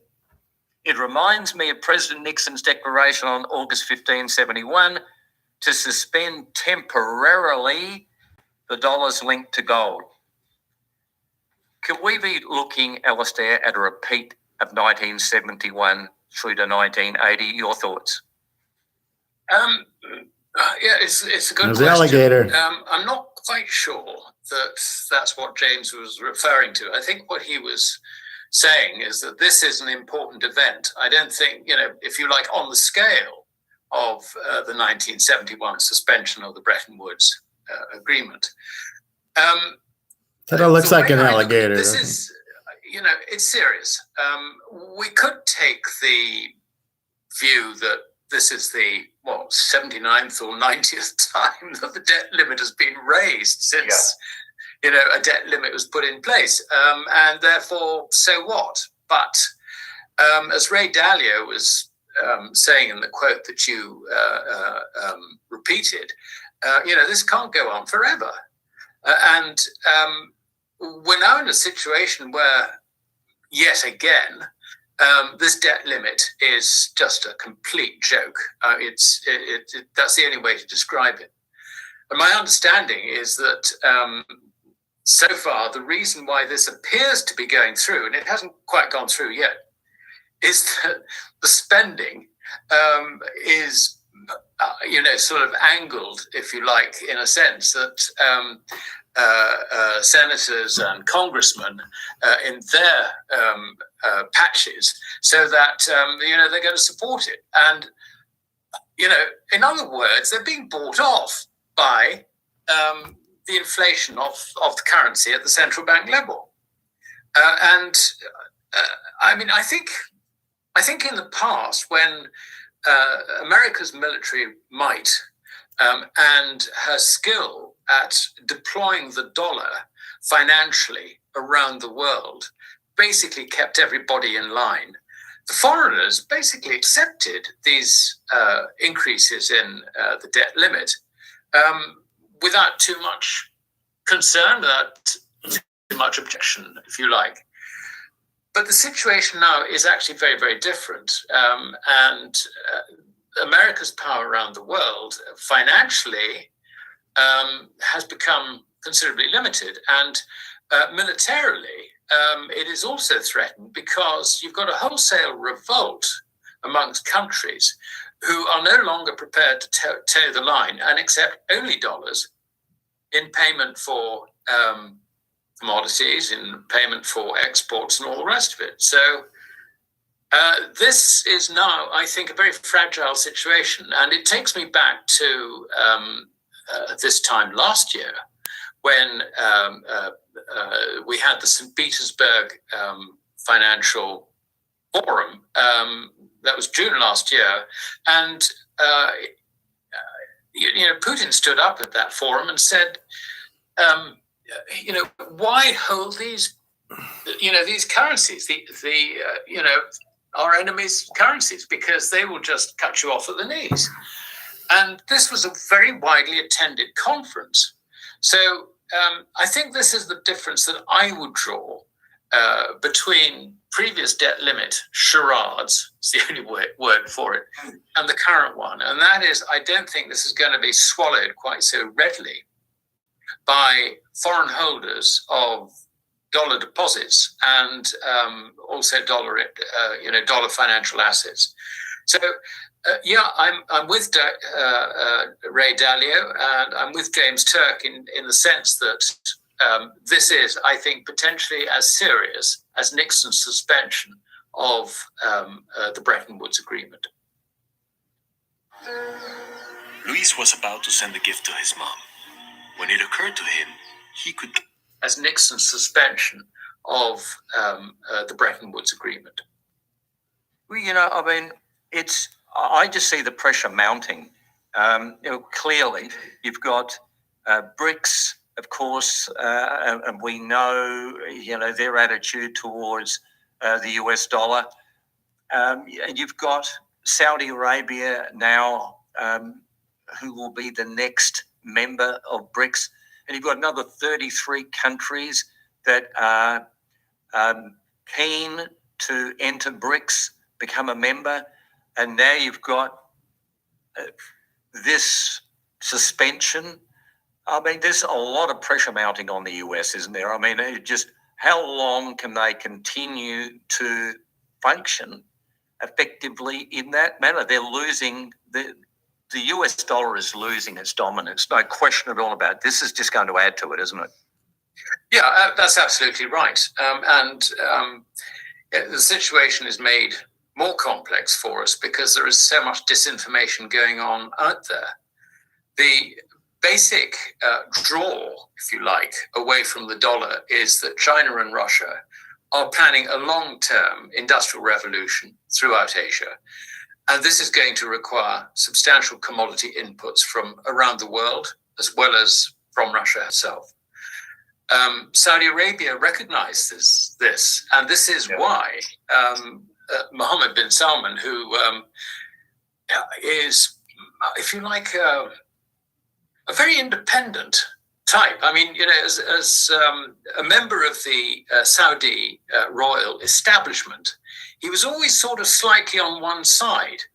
The people who were going to be the successors to the current king were likely to be very much America-oriented.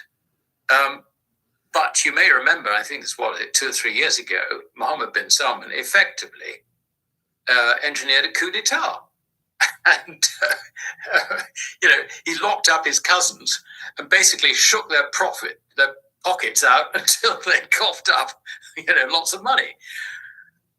It was an extraordinary thing. But having said that, there has been an understanding in the Gulf Cooperation Council that the long-term future is very much supplying energy to Asia and not so much to America. And I think this, to a degree, was rammed home when America invested very substantially in shale oil production, and as a result became pretty much self-sufficient in oil-based energy. I mean, I noticed this going way back because I interviewed a director at one of the major Swiss refineries, and this was in 2014, and he told me that they were taking in LBMA 400-ounce bars from Arab sources with instructions to refine them into the new Chinese standard and then return them to from whence the 400-ounce bars came. Now, this indicated quite clearly that there were forward thinkers at the highest level in the Gulf Cooperation Council. I'd say it's not just Saudi Arabia, but you'd be looking at the individual sheikdoms around the Gulf. They knew where their future lay, and so they have been preparing for it. I'm not saying that they would necessarily sell their gold, which was why they were doing it, and they were going to sell it into Shanghai. But it just made strategic sense to prepare for a world which, as far as they're concerned, was a world where China was probably going to be more important in the longer term than America. And that's now coming true. And America has found it very difficult to adjust to this. Instead, what she tries to do is to destabilize Russia, which unfortunately she's doing through this meat grinding. It's a horrid phrase. This meat grinding proxy war in Ukraine. They're also stoking up the situation in the Pacific over China. And we're getting lots of propaganda about that. And my personal view is that August, as I believe it will happen in late August, about 27th, be the continuation of this trend. And what does it mean for the price of gold? Hey, being told no, Subaru of Ann Arbor can get you in for service right away. Be the continuation of this trend. And what does it mean for the price of gold? Yes, I think it is a continuation of the trend. It's the BRICS plus story is one that is building gradually. And this next meeting, I think we're going to see some pretty substantial building blocks put in place. Everybody is very cognizant that that when you're moving from one geopolitical scene, if you like, to another, this is something that you've got to be very careful in doing. And this is why they haven't actually turned their back on the dollar per se. They're effectively saying, well, China, if you want to pay us in renminbi for our commodity exports, then we'd be happy to accept it. Because they can turn around and say, well, we're exporting to China, for goodness sake. They say, why don't you take our renminbi? And we don't have a problem with that. That's not anti-dollar per se. So, we're walking very, very fine lines here. But there is no doubt that this situation is swinging. I mean, we had I think it was a French nationalized energy entity exporting gas, I think it was, to China, said it was prepared to accept payment in renminbi. Now, that's France, for goodness sake. You've also got the whole of Latin America is now sort of drifting in that direction. We've had talks about Brazil and Argentina maybe getting together and putting together some sort of joint trade currency. This is all vague stuff, admittedly, but you can see that it's all sort of going which way it's actually going. As proposed, as far as the comments about central banks acquiring gold, this is almost exclusively a BRICS and Shanghai Cooperation Organization story. It's the central banks for those entities who are accumulating gold. Now, also bear in mind that while they may acquire gold as official reserves, and that is eventually reported by the IMF, the World Gold Council manages actually to get ahead of the curve on that information before it is really given to the IMF in some cases. But also, countries do accumulate gold for other accounts. In other words, they will have gold, which is not necessarily declared as reserves. Mm. Now, it seems to me that we're getting into a situation where, there's some evidence for this, I think. We're getting into a situation where, with all this buying going on, you wonder, are we in a situation where, the amount of physical gold in the world appears to be about 120 or 130% of the actual above ground stocks? Now, part of the problem is we don't really know what the above ground stocks are. I mean, we can make estimates. Actually, James Turk did a very interesting paper quite some time ago looking at the estimates and basically concluded, I think, at that time that the above ground stocks were probably about, sort of 10 to 15,000 tons, if I remember correctly, below what the World Gold Council was saying.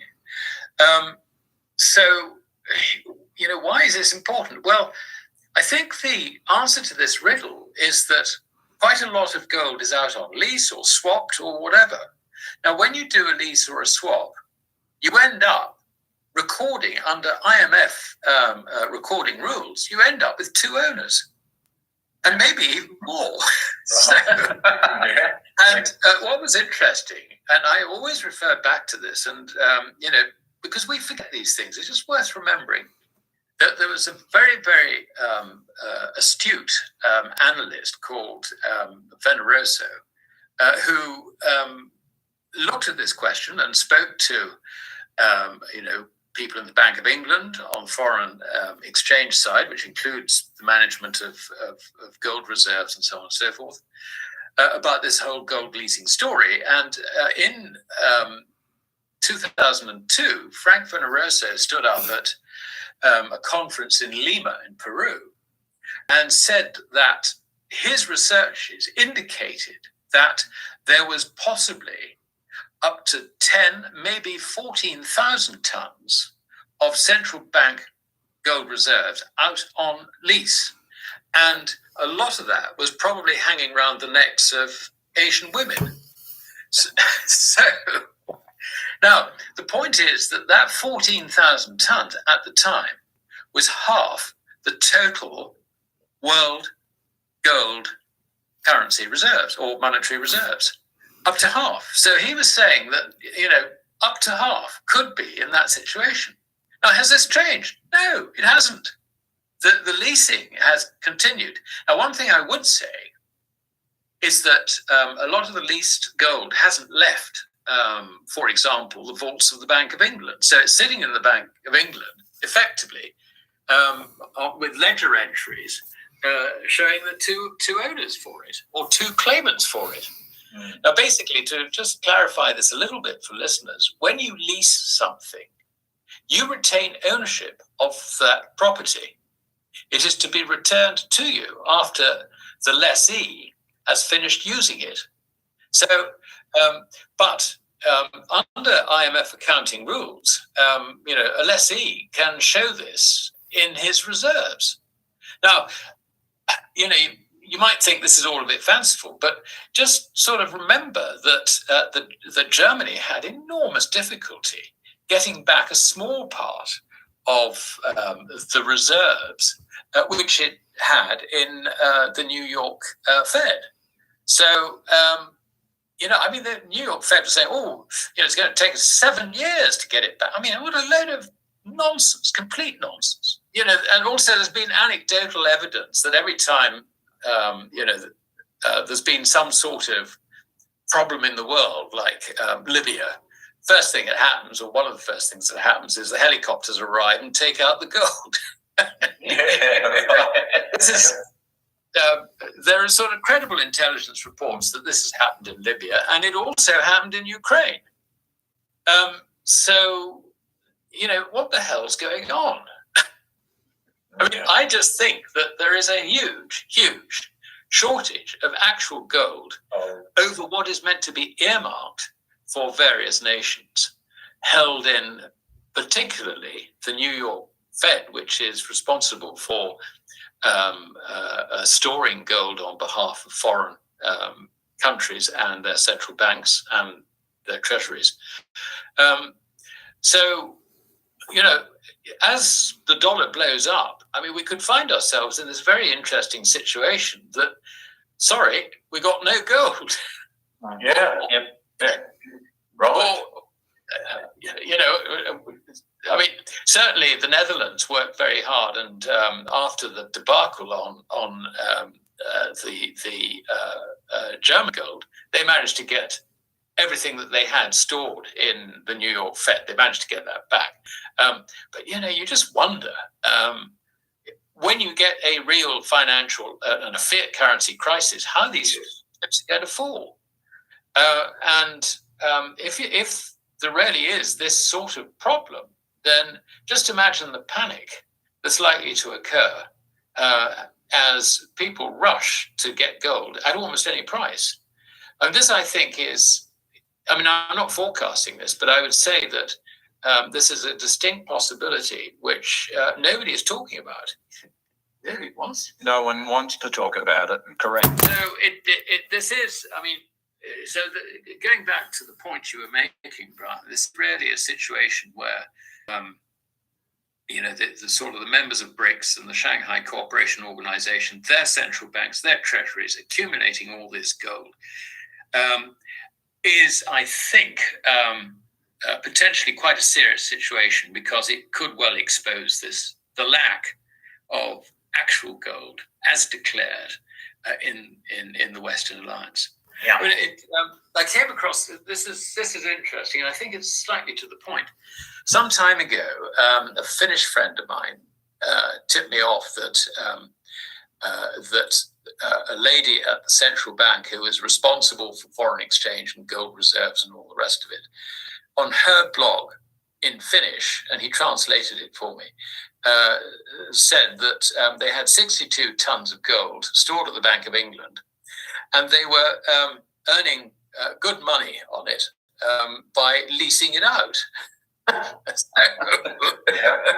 So I got onto this story, and it wasn't very long before that blog was taken down. You know, can't talk about this. But you can see the problem, because what happens is that the Bank of England doesn't necessarily lease out the UK Treasury's gold. It might do, I don't know. But what it will do is it will act as a middleman between, first of all, central banks, requiring gold reserves for whatever reason, and also the major bullion banks who require liquidity in the market. And not only that, but the Bank of International Settlements pursues a similar role. So there's been a lot of shenanigans going on in the background, of which we are not allowed to be aware. So this is going to be a story when the financial system actually deteriorates and ends up in the crisis which Ray Dalio is forecasting, I'm forecasting, James Turk is forecasting.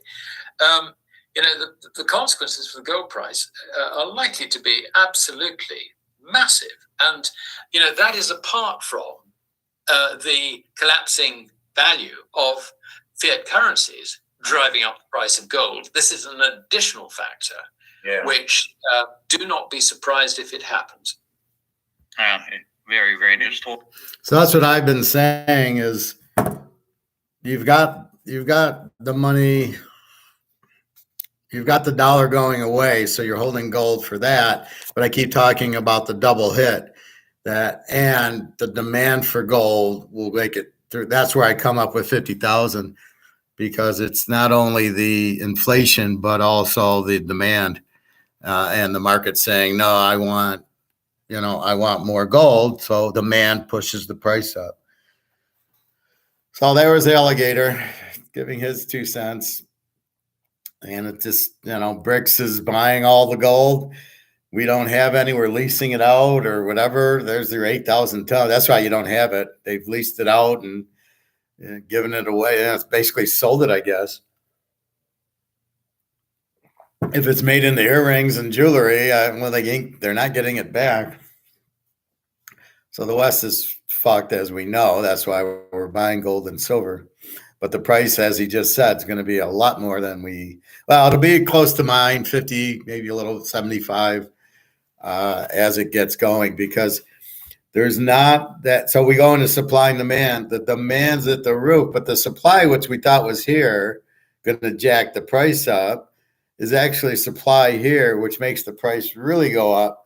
Because if demand's here and supply's here, the value goes up.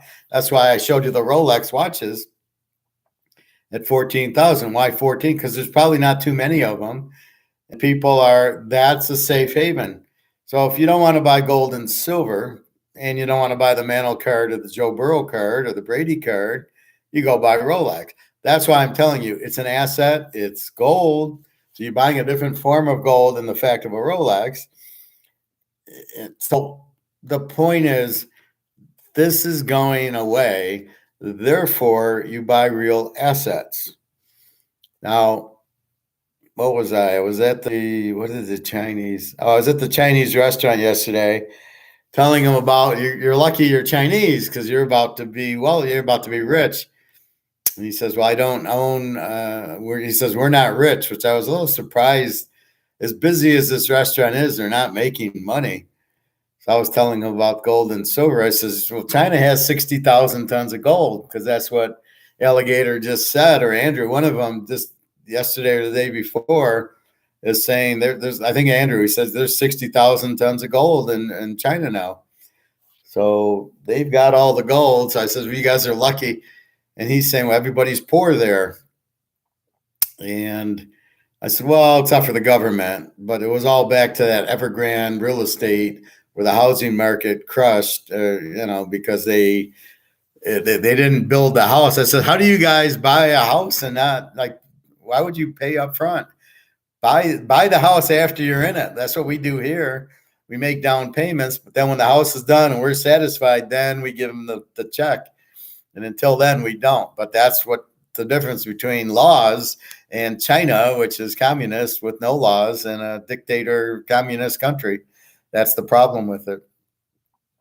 There was something he said. I don't know. I just told him that go buy gold and silver. He says, I don't have any money. I'm like, oh. So anyway, that's what happened there. There was another thought I was going to say, but I can't think of it. Anyway, so now you get the framework of why, as I told you, why do we bet baseball? The pitchers. Why do we bet football? Pretty much the defense, a little bit quarterback. Bad quarterback, we bet the game under, like Richardson and CJ Stroud and all those guys, and Lamar and all that. Who said they didn't have any money to buy metals? The Chinese, the owners of the Chinese restaurant. I was talking to them. I said, you're lucky you're Chinese. You'll be able to speak Chinese when we all have to learn Chinese, as you have all the gold, so you'll be in control. And he said he didn't have, and I was shocked because you guys are so busy. But see, they don't know what they're doing.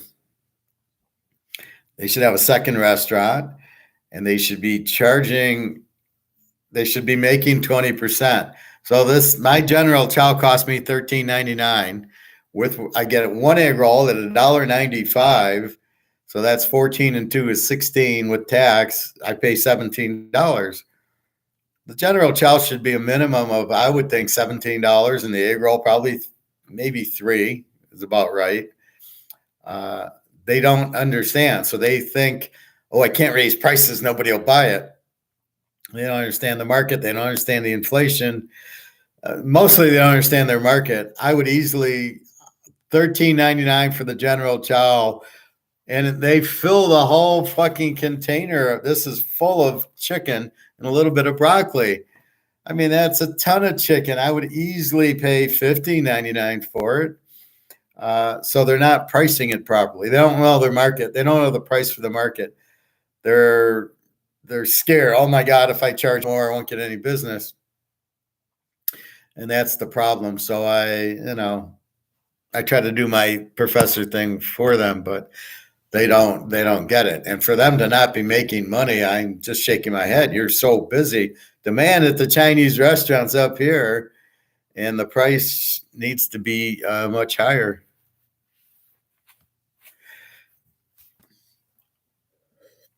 So anyway, that was Alligator McCloud.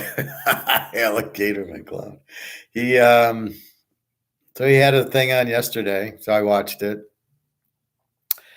So he's saying gold, he says he thinks the supply is much lower because it's leased out. So it's being double counted, right? And then the price is not going to be high. It's going to be incredibly high. So this is why I keep saying buy your gold and silver now while it's still cheap. Yes, 2100 is cheap. Or that's what I'm saying. Just buy it at 2070. Buy the Cougaran, buy the Maple Leaf, buy whatever. Even those Eagles in the beginning that were 2070, buy them. The COMEX going down is a buying opportunity for us. We're not afraid that COMEX is going down, therefore, there's no demand and the value is going down. We know it's fixed. This is what I tell you, it's price fixed. So they're trying to get out of their derivative, so they lower the price so they can sell their derivative. And that's why the price is lowered, not because no demand. So therefore, jump on it and buy it when the price goes down, because now you're getting a sale. We all know gold, I mean, it's 10,000 easy up to 50, right? So it's going to jump, they're going to reset the price. That's what we're waiting. That's what me and Bobby are waiting for. Reset the price.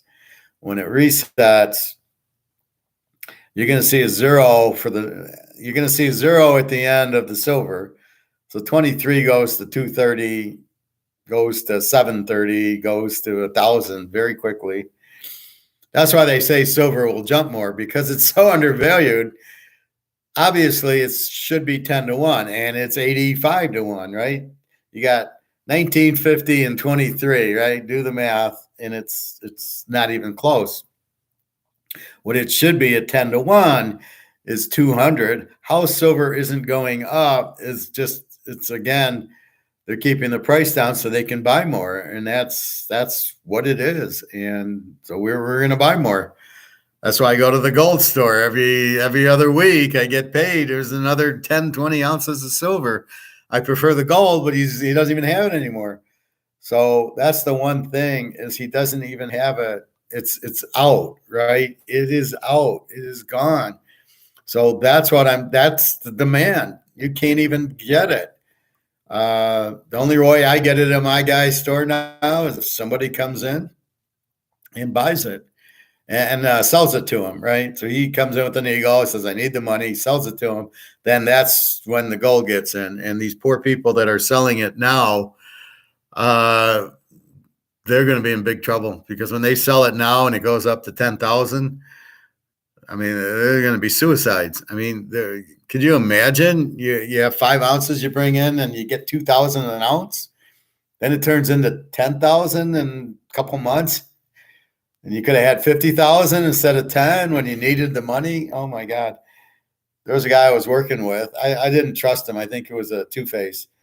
And I talked to him about gold. He asked me about selling his gold. I said, don't sell it now. Just hold on a little bit longer if you can, because why sell it at $2,000? It's going to go up to 10. And so he never sold it. I think he was trying to scam me, because I think he wanted me to pay a higher price. I said, well, I'll pay 100 under spot, and then it'll be in the middle, right? You won't have to pay spot, and I'll get it under spot. If you want. And then I never heard from him again. But I don't know. He wasn't that good. I want the professor to take on realtor question. Go ahead, Bobby. I'll take on anything, Bobby. So what do you want to know about realtor?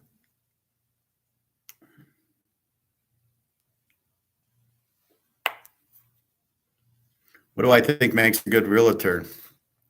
Somebody who has a good background. They have to know supply and demand. They got to know economics. Anybody that you talk to must know Austrian economics.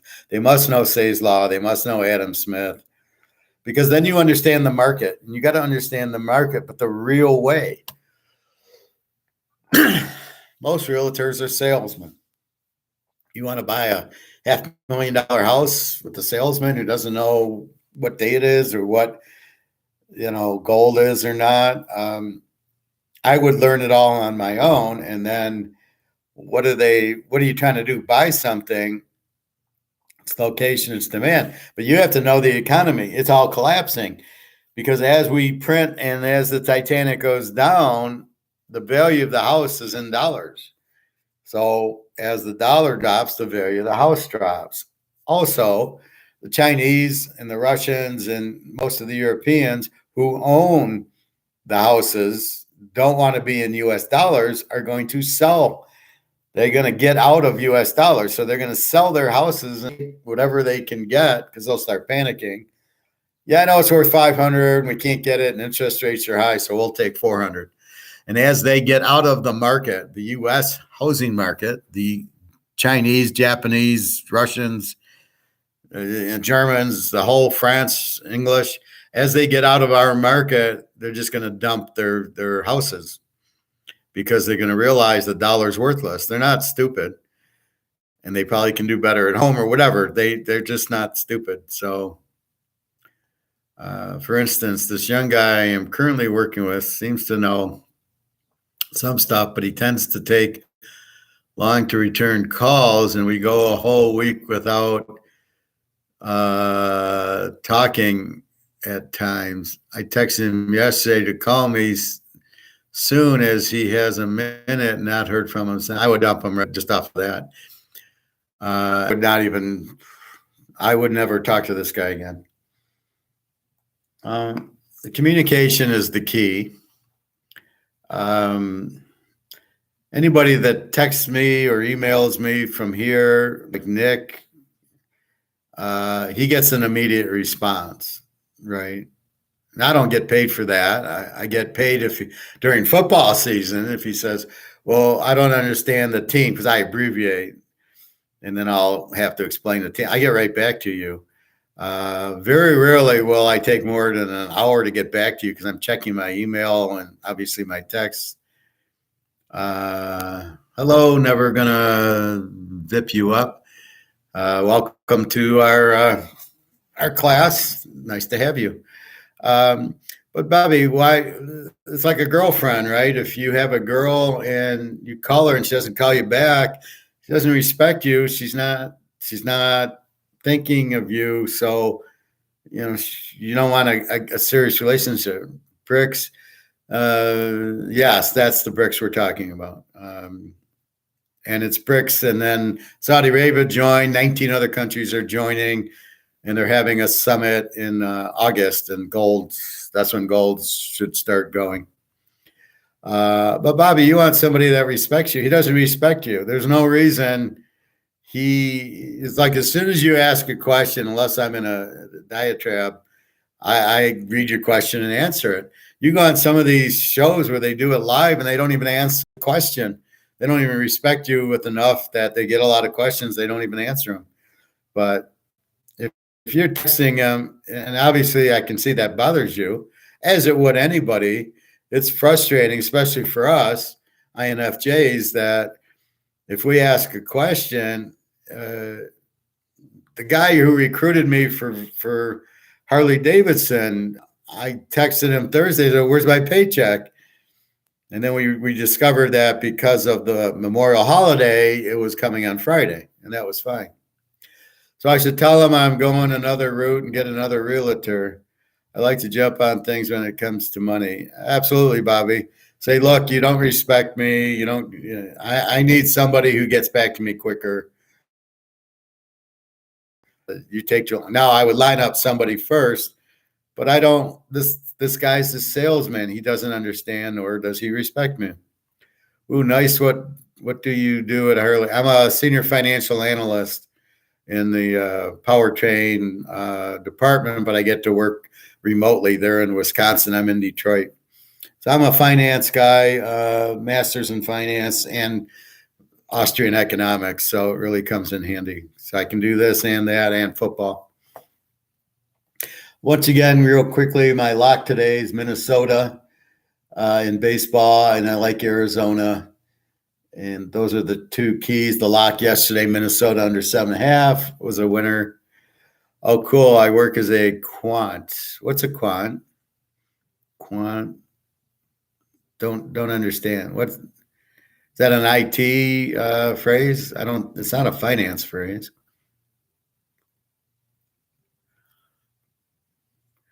The thing is, I'm really looking for rental property, so I am searching more than just one area. You think it's cool if I use 2 realtors since they cover different loans? Sure, you can use 20.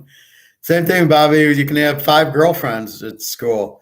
You do what Bobby needs, and then if this guy handles something for you that you can't get with somebody else, in other words, let's go back to economics. Is there a substitute for this guy? Is there competition for this guy? If you can substitute him with another realtor who meets your needs, I would go with them.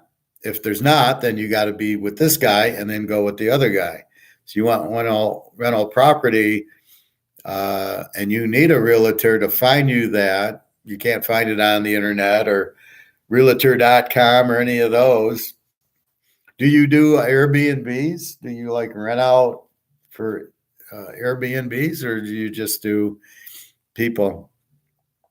Realtors work Sundays, don't they? Because I'm thinking of making some calls today we'll find out. I would imagine they do. I would imagine that's a busy day for them, as they've got to work when people are off. It's no good working 9 to 5 Tuesday and everybody's working. Their workday should be Sunday. Quantitative analyst. So that's a statistical analyst. That's a very interesting job. So you should be able to do football then. Use mathematics, statistics, and comp sci to estimate financial risk and trade strategies. Are you advising gold right now? Because you should be, because the risk of the dollar remaining available is 0. So that's very interesting, but I like that too. That's why I analyze football, but I tell you that you can't really use equations.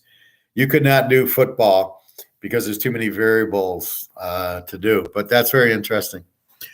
I want to do Airbnbs for more money locations around beach areas out here. Yeah, I don't know how popular Airbnbs are, but do I really want to stay at your house for 3 days? Are you there while I'm there? Or do I have the house to myself? Or am I in one bedroom and then there's 3 other families in your house? So there's 4 different families going to the bathroom, showering, and eating at the same time. So that would, I usually get a hotel, but see where you make your most money at, Bobby. So figure out your cost, figure out the market. Right? What's the market that I can get for my houses? And if you can get, what do you get more? It's like eBay. We looked at eBay, right? And you can do an auction, you can do buy it now or best offer. And you got to do the same thing here. Do you want to do, how much can you get, I guess, per day or per week for Airbnb, and then per month for the rentals? And what's the demand for it now on the beach? You're in Tampa, so you can have a guy drive by and say, "This is Tom Brady's house, and it's where Derek Jeter used to live," and all that. But you can get something for that, sure. So it'd be good value in that, but get the best value.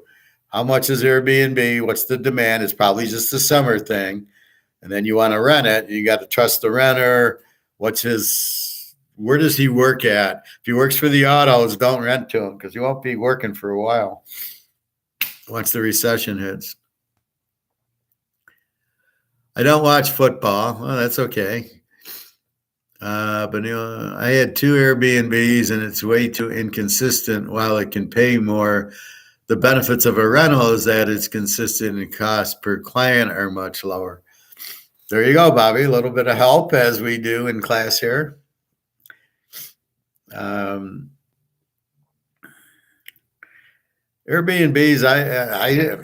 I wouldn't use it because unless it's just something. I mean, it's got to be something nice with the pool, but then the price has to be affordable. What I like to invest in are pre-leased commercial properties. The clients take care of my taxes, repairs, and utilities. Pre-leased commercial properties. What area you have the rental at? The Bay Area. So you're in San Francisco. How's that? I heard that's really gone downhill. A lot of crime and things like that. Yeah, it is San Francisco, Bobby. Unless you have another Bay Area that he's talking about. And I don't think he's talking about Barcelona. I didn't see a Bay Area there. So San Francisco's got a lot of crime, got a lot of trouble, high taxes, people moving out. Tampa's a little different area. So that you'll have to see, Bobby. People coming, so we don't know. I mean, there might be more steady Airbnb going to Tampa, going to the ocean and the Gulf than well, San Francisco probably has, I mean, it's beautiful, but it's a lot of crime now. I got a text here from another realtor that I haven't responded to just yet since dealing with this panty waste. Well, talk to them both. You don't have to go with the guy, and when he calls you back, just don't respond to him. He doesn't seem to want to respond to you, Bobby, so, fuck him. Respect salesman. You deserve the respect anyway, but you deserve the respect from somebody you're doing business with. If they don't respect you enough to call you back, fuck them. Because it's going to be frustrating and you're going to call them and they're not going to call you back. And it's going to get to a point where you're like, I don't need this shit. You don't need the stress of waiting for the call back, especially if you see something you want to jump on it now. So you're going to be in trouble. We'll just leave never. Well, I'll be honest, there's a massive division between the upper middle tech class, Silicon Valley, most working class folk. While they're pulling in the middle 6 figures, the normal class barely reaches high 5. The income disparity has caused a bit of crime. Also, they don't do anything with the law. So they're going into Walmart stealing and they're not getting prosecuted. That's why the Walmarts are closing. That's your real problem. But I understand you. Yeah, the Silicon Valley crowd does. So if you're catering to them, then that's fine. But if that's why you got to avoid the crime people. Overall, it's still pretty decent and a lovely place to live. Yeah, San Francisco I've been to, very nice. The tech industry is going nowhere anytime soon. Yes, I agree. I think you're fine there. If that's your market, then yeah, that's a good market to have, of course. I just worry about and again, who knows? You live there, so you know better than the news and the people. So, look at the crime in San Francisco. That's the problem you have. Yes, the tech industry. They're having layoffs. Amazon, I think Google, and of course Mr. Zuckerberg, who doesn't know what the fuck he's doing. He's selling all our information to the Chinese, that bastard. But that's what you have is the tech industry, and they make good money, of course.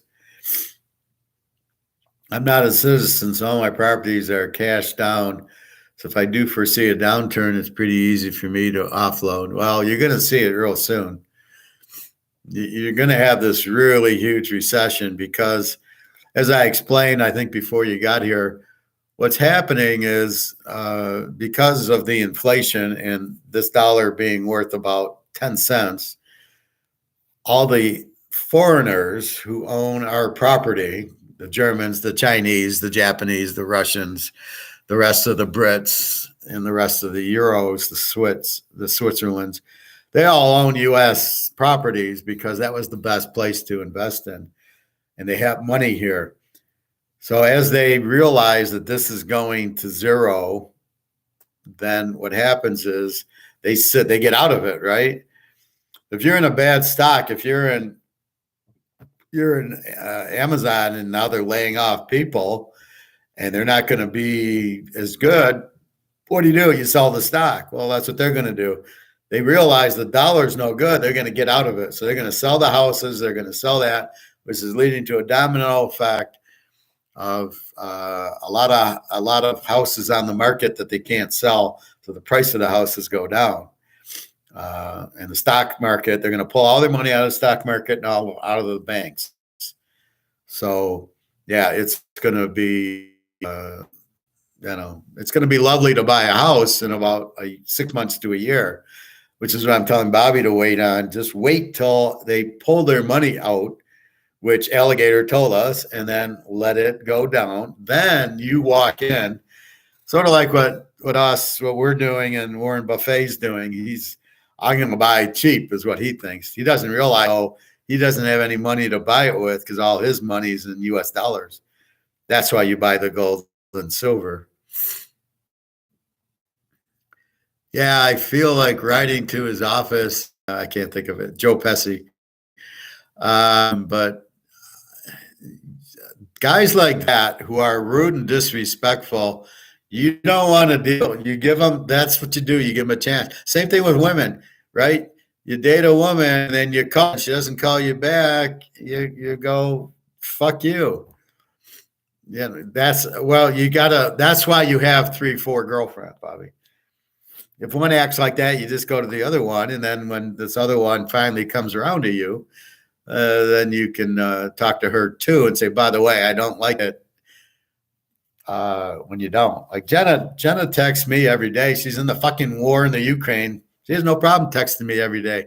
So you're telling me Jenna can text me every day on WhatsApp and your fucking realtor can't get back to you and he's not in a war in the Ukraine. He's in Tampa. Really? I mean, that doesn't smell good, Bobby.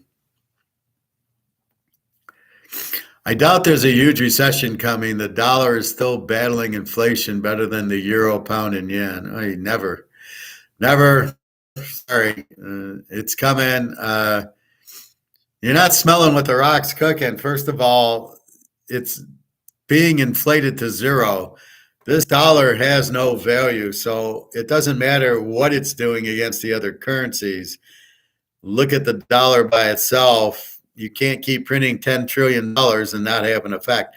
This is going to zero, as will the other currencies, and it will be happening soon. The banks are going to get all the euro money, $7 trillion out of it. Stock market's going to drop. The housing market's going to drop. That's what's going to happen. It doesn't matter what the euro, yen, and by the way, the yen and the euro are going to zero, as the British pound will. Do you own gold or silver, or do you own crypto? I do have about 25% of my portfolio in gold. I don't invest in crypto. Crypto is just Russian mafia. It's not anything. You're better off in mantle cards, but you should have more gold and more silver. The right now you want to get out of this. This is going to zero. So if you have $100,000, let's say, in a bank, first thing is get it out of the fucking bank because you're not going to be able to. Second thing is this is going to zero. That's a fact, not a guess. So when it goes to zero, you've just lost $100,000. So the more you can pull into gold and silver now, and if you go back a half hour in my show, you'll see Alistair McLeod. He's saying this gold price is going so much higher because not only do you need to get out of the dollar, but the demand for gold, as everybody gets out of all their fiat currency, which is going to zero all over the world, the demand for gold is going to push the price up. So you got a double. You've got this going to zero and the demand pushing the price up to huge levels. So my guess is 50,000 easy. Silver will be what then? 5,000. Silver should get down to 1/10 of gold, but that's what's going to happen because we got to get out of COMEX. The BRICS countries are having a meeting the end of August. They're going to announce their dollar coming out backed by gold. All their central banks are buying gold. The whole fucking China has 60,000 tons of it now. So gold's going to go up because there's a short supply, huge demand, and all these countries with this crap are going to zero. The euro, British pound, the Swiss franc, the yen, the yuan, the ruble. Name your fake paper. It's all going to zero, and it's going to all then go to gold. You're going to have a massive recession. So that is what's coming. While a recession not guaranteed is a likely possibility, but there's zero chance the BRICS currency fall. The BRICS is a diplomatic mess. Oh, well, their currency will be backed by gold. All we're talking about is they're trying to get competition for the dollar. And the only competition for the dollar is gold.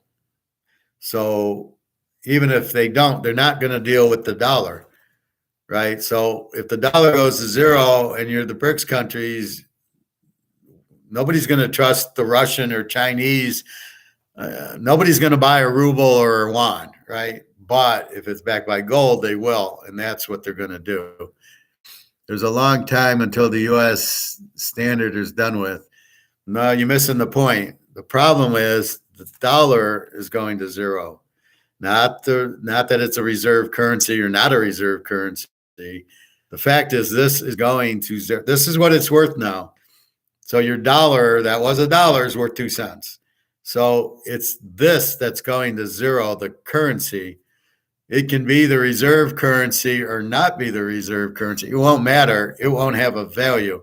They'll come out with a new one, but nobody will trust it unless it's backed by gold, which is going to force gold's hand to jump up. The recession is just slowing the economy, as that's what's going to happen, of course, because you're once the dollar goes to zero, what are you going to buy? They'll come out with a new currency, and but as costs go up because of inflation, there's already a recession because things cost more, as I say. So my 12-year-old Canadian club that's now 37 years old, the cost of this has gone up, but do people want to pay more for it? And if people won't pay more for it, company lays off. That's why Amazon's laying off. And you think Tesla's going to sell any electric cars? No, he's already started laying off. Facebook laid off. All the banks are going to go under. All these people. So it's a domino effect because then they can't go to Target and Kroger's and go buy food as much because they're not working. So they have to be tight. So they won't buy as much. So therefore, the recession's a slowing of the economy. We don't really give a shit about that. What we give a shit about is this. This losing its value to zero is going to create there's going to be a huge panic into gold and silver. You're not buying crypto. What else are you going to buy? Stocks? No, stocks are in this. Bonds are in this. You're going to buy a money market? You're going to put your money in the bank? Do you trust the bank? You got $100,000 in the bank. The money going to be worth when this goes to zero? You're going to have zero in the bank. You'll switch it to the new currency at probably half. So your 100,000 is worth 50,000, but if the new currency is not backed by gold, you're fucked because it's still paper nothing. The gold standard specifically abandoned to curb inflation. Well, that's absolutely wrong. The gold standard creates, if you have the gold standard, you cannot have inflation. That's not why the gold standard was created, abandoned. No, that's wrong. these tech firms still have more employees than what they did pre-COVID. The traffic has just slowed. Everyone knew that they were overvalued and the growth was not substantial. Okay, the first thing is the gold standard. There is no inflation with the gold standard. It was abandoned so they could have inflation. They couldn't print. If you have an ounce of gold and you value the ounce of gold at $1,000, all they could do is print $1,000. That's what the gold standard says is if you have $100 and you go into the bank, they have to give you $100 worth of gold. That's what the gold standard is. But the money cannot be inflated because the money is backed by the gold. When you took the anchor of gold off the money, which is what Nixon did, we've been inflating since 1971. As you do that, so you've now printed $10 trillion. That's the inflation, is the devaluation of the dollar. Let's first educate you. It is not prices. It's the value of the dollar dropping is inflation, period. End of story. What happens is it takes more dollars to buy the products. That's why the prices go up. And there's no such thing as deflation. Deflation is just the market saying we can't afford $5 Oreo cookies, and then they got to lower the price to $3. It's not a deflation. It's the market dictating prices. The market dictates, but if the consumer, so if I run Canadian Club and I got inflation and now my costs have gone up and I got to sell this for $100 where I was selling it for $50, but everybody says, fuck it, I'm not paying you $100. I'm going to pay you $50. That's what I'm used to it. That's it. And if that happens, then what happens? Canadian Club starts laying people off because they need to get $100 a bottle, but the market's saying, I'm not going to spend $100. A few will, but most won't. So then Canadian Club has to lower their price.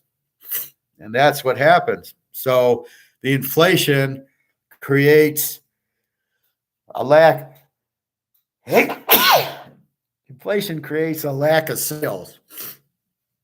Because if you reduce the price, then you got to hope the market. So the market says, I'm going to pay $50 for a Canadian Club. Sell it for $100. You can't, because the market says, I'll give you $50. A little bit of the market might go up a little. So you end up having to lower your price to market. That's what's happened with the Camry. They wanted to sell it for $30. Nobody said, they said, fuck off. And now they're back down to 25, 26.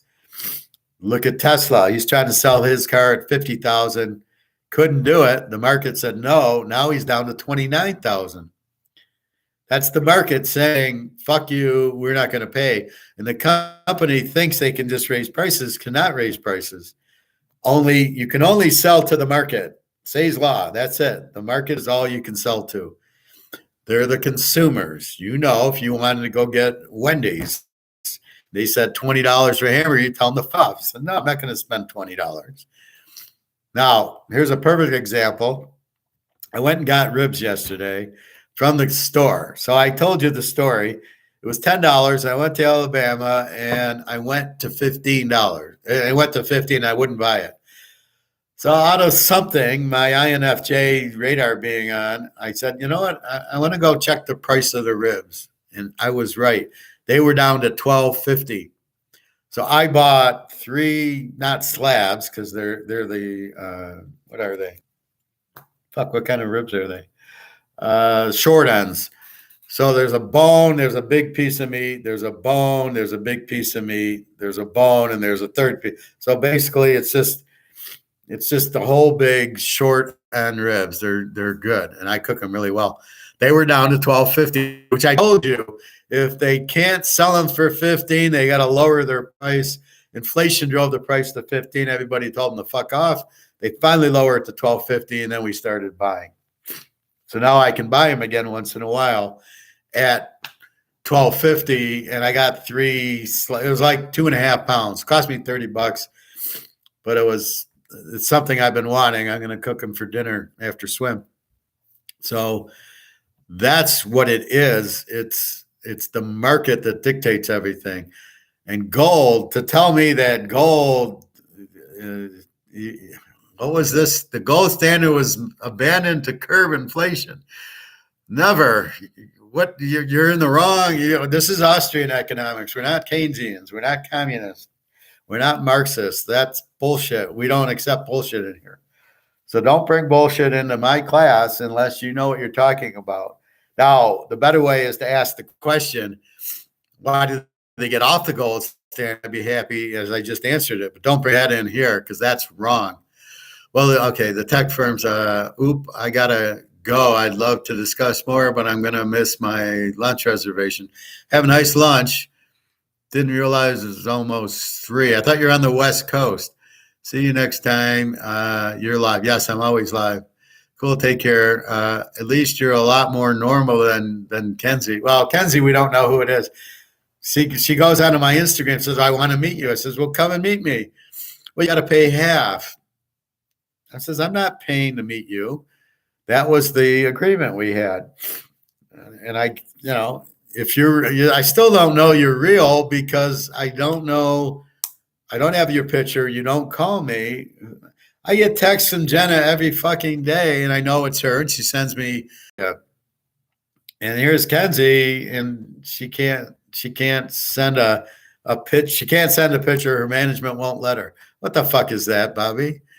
I know these fans-only girls have managers, but I don't know that they prevent them. I says, don't you talk to your family? Like if your mom called, you can't take the call. You can't like such bullshit. Professor is about to expel. No, not yet, because he's not. He's putting in what here's the problem, right? He thinks the gold standard was abandoned to curb inflation. Does he even know what inflation was? And it's just the opposite. The gold standard, you cannot have inflation with the gold standard because you can't copy or print gold. It's gold. You dig it out of the hole. That's it. You can't inflate gold. Inflation is printing. You're printing trillions of dollars. That's the inflation. Gold you can't print. That's why with gold you're safe. You can't do it. But it's the JP Morgans and the Madoffs who want to print the gold, who want to print the dollar. Print me $1 billion and they throw it in their safe. That's what JP Morgan does. He's a crook, and that's the problem. Him and the BlackRock guys and all these other ludicrous, the Vanguard guys and all the politicians and the Bidens and the Pelosi's, give me $1 million, and they print, and then they give them the $1 million. That's the problem. You can't do that with gold. So these people want to keep the dollar going because they print $1 million or $1 billion, whatever. If you notice, there's a whole lot of billionaires out there. Where did that come from? 10 years ago, you're lucky if you had millionaires. Now they're all billionaires. Most of them are these stock guys who get it because their stock's worth way more than it should be. And that's also bullshit where they're buying the Joe Blow's stock, like that kid with the FTX or whatever, that Bitcoin thing.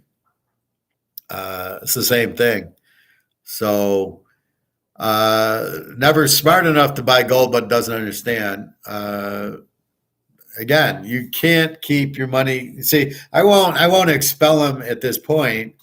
He's new and he's got to learn. Phil got personal with talking about me helping my girlfriends who live in a fucking war, who they can't work, they don't have any money.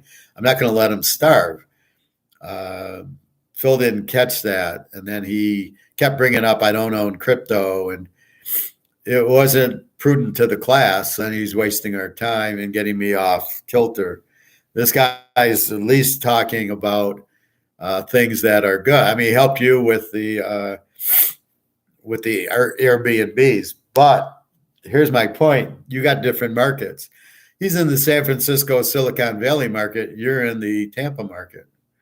So what he tells you might not be prudent to your market. Just like on eBay, right? There could be 10 people selling the Joe Montana rookie PSA 10s, all getting different prices. So each auction's a different price. So I would be careful about that. I guess what I would do is check out Airbnbs in Tampa and see what's going on and see. So pretend you're a customer. I want an Airbnb and see how much they're going for. and go from there. And then the same thing with the renters. I want to rent a place on the beach. How much is it? That's how you get your market, right? So you pretend you're a customer. You're asking them for it. Then you get maybe you're two or three, maybe your sister calls or your mother or something, and they call, and then so there's different get different answers, and then see what you get, and then you'll know the market. You have to learn the market, Bobby. What can you get for your rentals? What can you get if it's an Airbnb? How easy or hard, and what's your pitfalls? Airbnb, they're probably in for 3-4 days. Maybe they're in for a week. They're going to leave a mess. People that are living there for the summer, well, Florida, so it's the whole year. Those people are different. They're going to, they're going to take care of it because they got to live there, right? Living there for a week. When I take Jenna to Barcelona or Lisbon, the rooms, we don't really clean up the room. It's okay, but we leave shit around because we're only there a week. But if we were renting a place for a month, we'd keep it clean because we're renting there. And you check the credit and everything else. So I don't know, but if it's Tampa on the Gulf side and there's demand, then absolutely. So you got to find the market, Bobby. Find the demand, find the price, find your cost. Can you make money at it? And then if you can, off you go. Now he's saying they pay taxes and the fees and everything else. Well, that's good. I like that he doesn't trust crypto, but he doesn't understand gold. And see, he reads stuff. Well, there won't be a recession. While a recession is not guaranteed, yes, it is. It's already in recession because of the inflation causes the recession. Prices go up. Everything. You're not going to sell as many. Do you think you sell as many Orioles at $5 as you do at $3? Fuck no. People have less money. They're only going to buy one, or they might buy it every week or something, or Cheerios or whatever. Even milk. I looked at milk. It was like $2.79 for a gallon. I don't know what it was. It used to be $1.90, whatever. The Coke later $2.99. At the meat grocery store, it was like $3.59. I'm like, who the fuck would buy a Coke from you guys at $3.59 when you can go to Meijer's and buy it for $2.79 or buy one, get one free? There's a lot of that shit going on. So anyway, definitely in a recession, definitely going to be in a depression.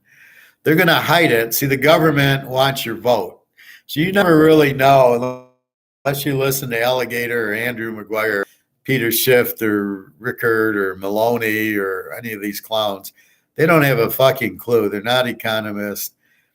They just talk to hear themselves. This Robert Kiyosaki, I was listening to him. He had a fucking communist on. Like, what the fuck are you doing? He's not an Austrian. Well, he's rich. So he's a crook. I love it because the guy, Ray Dalio, because he's a billionaire, he must be smart. I listened to that guy once. He's a Keynesian, a communist. He doesn't know what the fuck he's talking about. And just because somebody's rich does not make them intelligent. I don't have $1 billion, and I'm smarter than all these guys, except for Alligator and Andrew and stuff. But I know exactly what they know, and basically I'm not a billionaire. So having money doesn't mean anything. That's just bullshit. Anyway, I think it's time to go to the swim. They close at 4:30 today, so I'm going to get there. I'm curious how my back is because when I'm sitting, it doesn't hurt. Let's see. I'll stand up. There's my little ice pack. The back's fine. I can bend over without problem. It's a little stiff, but not too bad. I really get it in the right hip.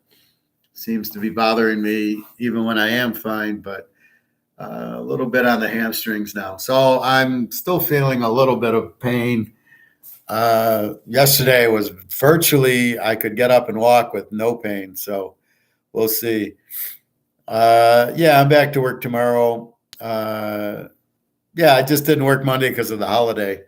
But I'll be working tomorrow. So I'll probably figure me this week, Tuesday, Thursday, Saturday, Sunday, unless something happens. Again, the lock's Minnesota, and then I like Arizona a lot today. Good professor. Moving north. Well, yesterday was good. Today I'm a little bit tender.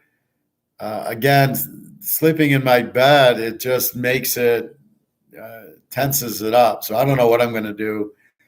If I want to sleep on the couch, seems to be a better sleep. I fall asleep, watching TV at 10 o'clock at night, but I can sleep. I wake up to go into bed, but the bed, this bed's too soft. I'll sit in it and it's probably giving me bad angles, right? Because my head's this way and then my body's this way and my spine and that's what probably gets hurt. Where on the couch, it doesn't do that. I'm pretty much stable and I don't get off kilter. So I think the reason it's taking so long is I keep sleeping in the bed and it keeps causing the spine problems, which keeps making me go through that. But the pool has been really helpful. I'll stretch on the stairs. I just put my feet and I just stretch and stretching my back and walking in the 5-foot area is very helpful. And the hot tub doesn't seem to do as much. I don't come out of the hot tub all fresh as I do coming out of the pool where I'm running and stretching and everything. So that's what I'm going to do. So I'm going to go do that. It's 3:00. That's why I was curious. The guy's saying it's 3:00 and he's in San Francisco, and in San Francisco it's noon. So I'm kind of usually flat on your back or sideways with pillow. I actually sleep on my side, and I actually sleep with the pillows against the wall, so my back's a little straighter sometimes, and then sometimes my neck starts hurting. But no, I don't put a pillow between my legs. Should I? And then I don't sleep flat on my back. I find that to be very uncomfortable. I like sleeping on my side or my stomach. So we will see, but I don't know. I was going to go to a chiropractor yesterday. I didn't feel anything. There was no point. Today I'm still a little sore. So I'll probably go Monday or Tuesday, but if I'm feeling fine, there's no need. But if it's going to keep coming back because of me sleeping, then I'll have to figure out a way to sleep better. But yeah, I need to ask a chiro or somebody or sports medicine, somebody who can diagnose it, just can really confirm it. But I think that's what it is. I heard the pillow thing keeps spine straight. Do you sleep on your back or on the side with the pillows? I can put a pillow between it. I don't know if my spine's curving anyway. I don't know, but we can try that, Bobby. But I think I need to turn my bed to the other side that hasn't been slept on as much. And it's probably a little more because my bed, it's only a year old, but it's kind of soft. But when my back's fine, I'm fine.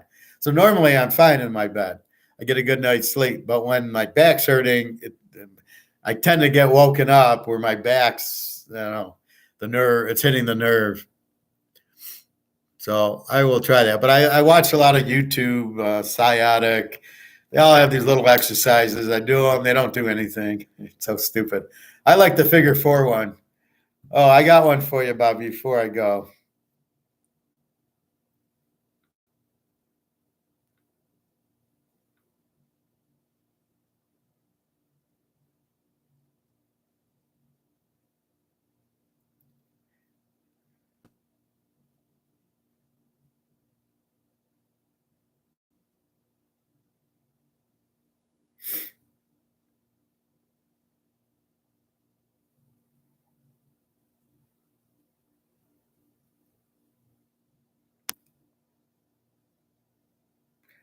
Let's see, where is it? With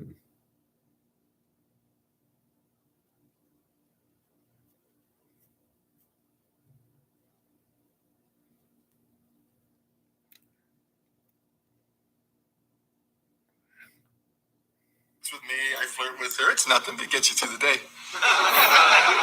Anyway. Anyway, I always thought she was pretty, but today I saw her and she's 40. I mean, 40. I mean, she's old. But Dad, you're over 40. Yeah, but I'm a guy, so it's totally different. No, I mean, I can't believe it. She's not a girl. She's a woman. Well, did she like your new glasses? What the hell do I care what a 40-year-old woman thinks? Me, I flirt with her. It's nothing to get you to the date. I'm sure you like that one, Bobby. Anyway, I had one with Ric Flair and Piper, but I must not have saved it.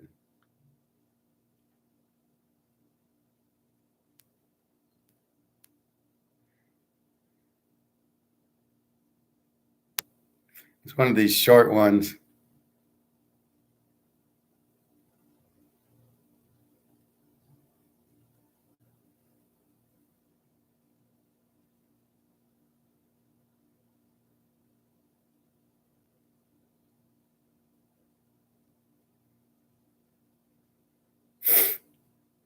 Well, anyway.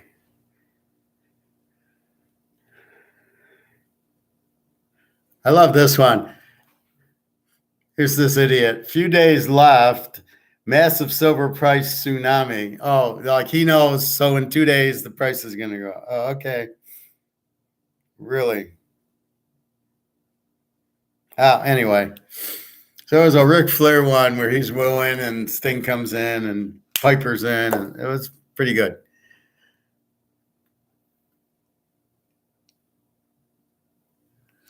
Yeah, well, he told you she's 40.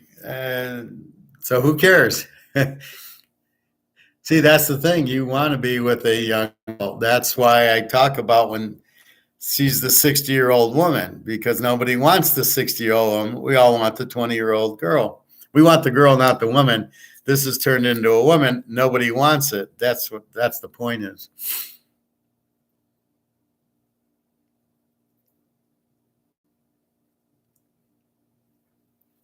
All right, Bobby, we'll leave you with The Rock. And then I got to get going.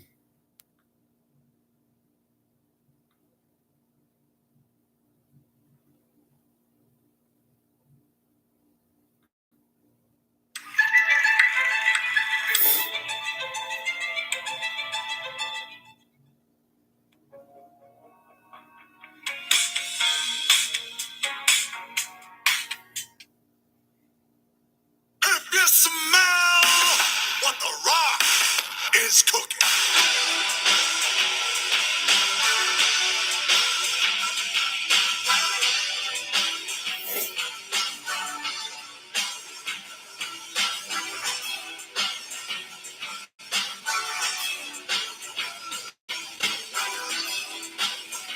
You got to love the people's elbow, even though it does miss by 5 feet. It's the thought that counts.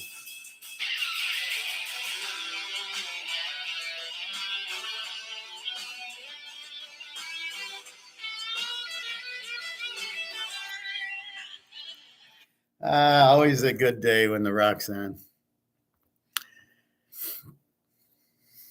All right, Bobby. I will see you Tuesday night, I think. I don't know. It's hard for me to sit all day and work on the computer, and then at 4:30 I'm done. I think I want to go to the pool, get relaxed, walk, stretch, and then come back. Anyway, I got to get out of here so I can hit the pool. All right, everybody. Have a great day. Thank you, Bobby. You have a nice day. If you have questions on that realtor, get the market, get your costs. What can you make on it? And go from there and, get your risk down. But tell the realtor to fuck off.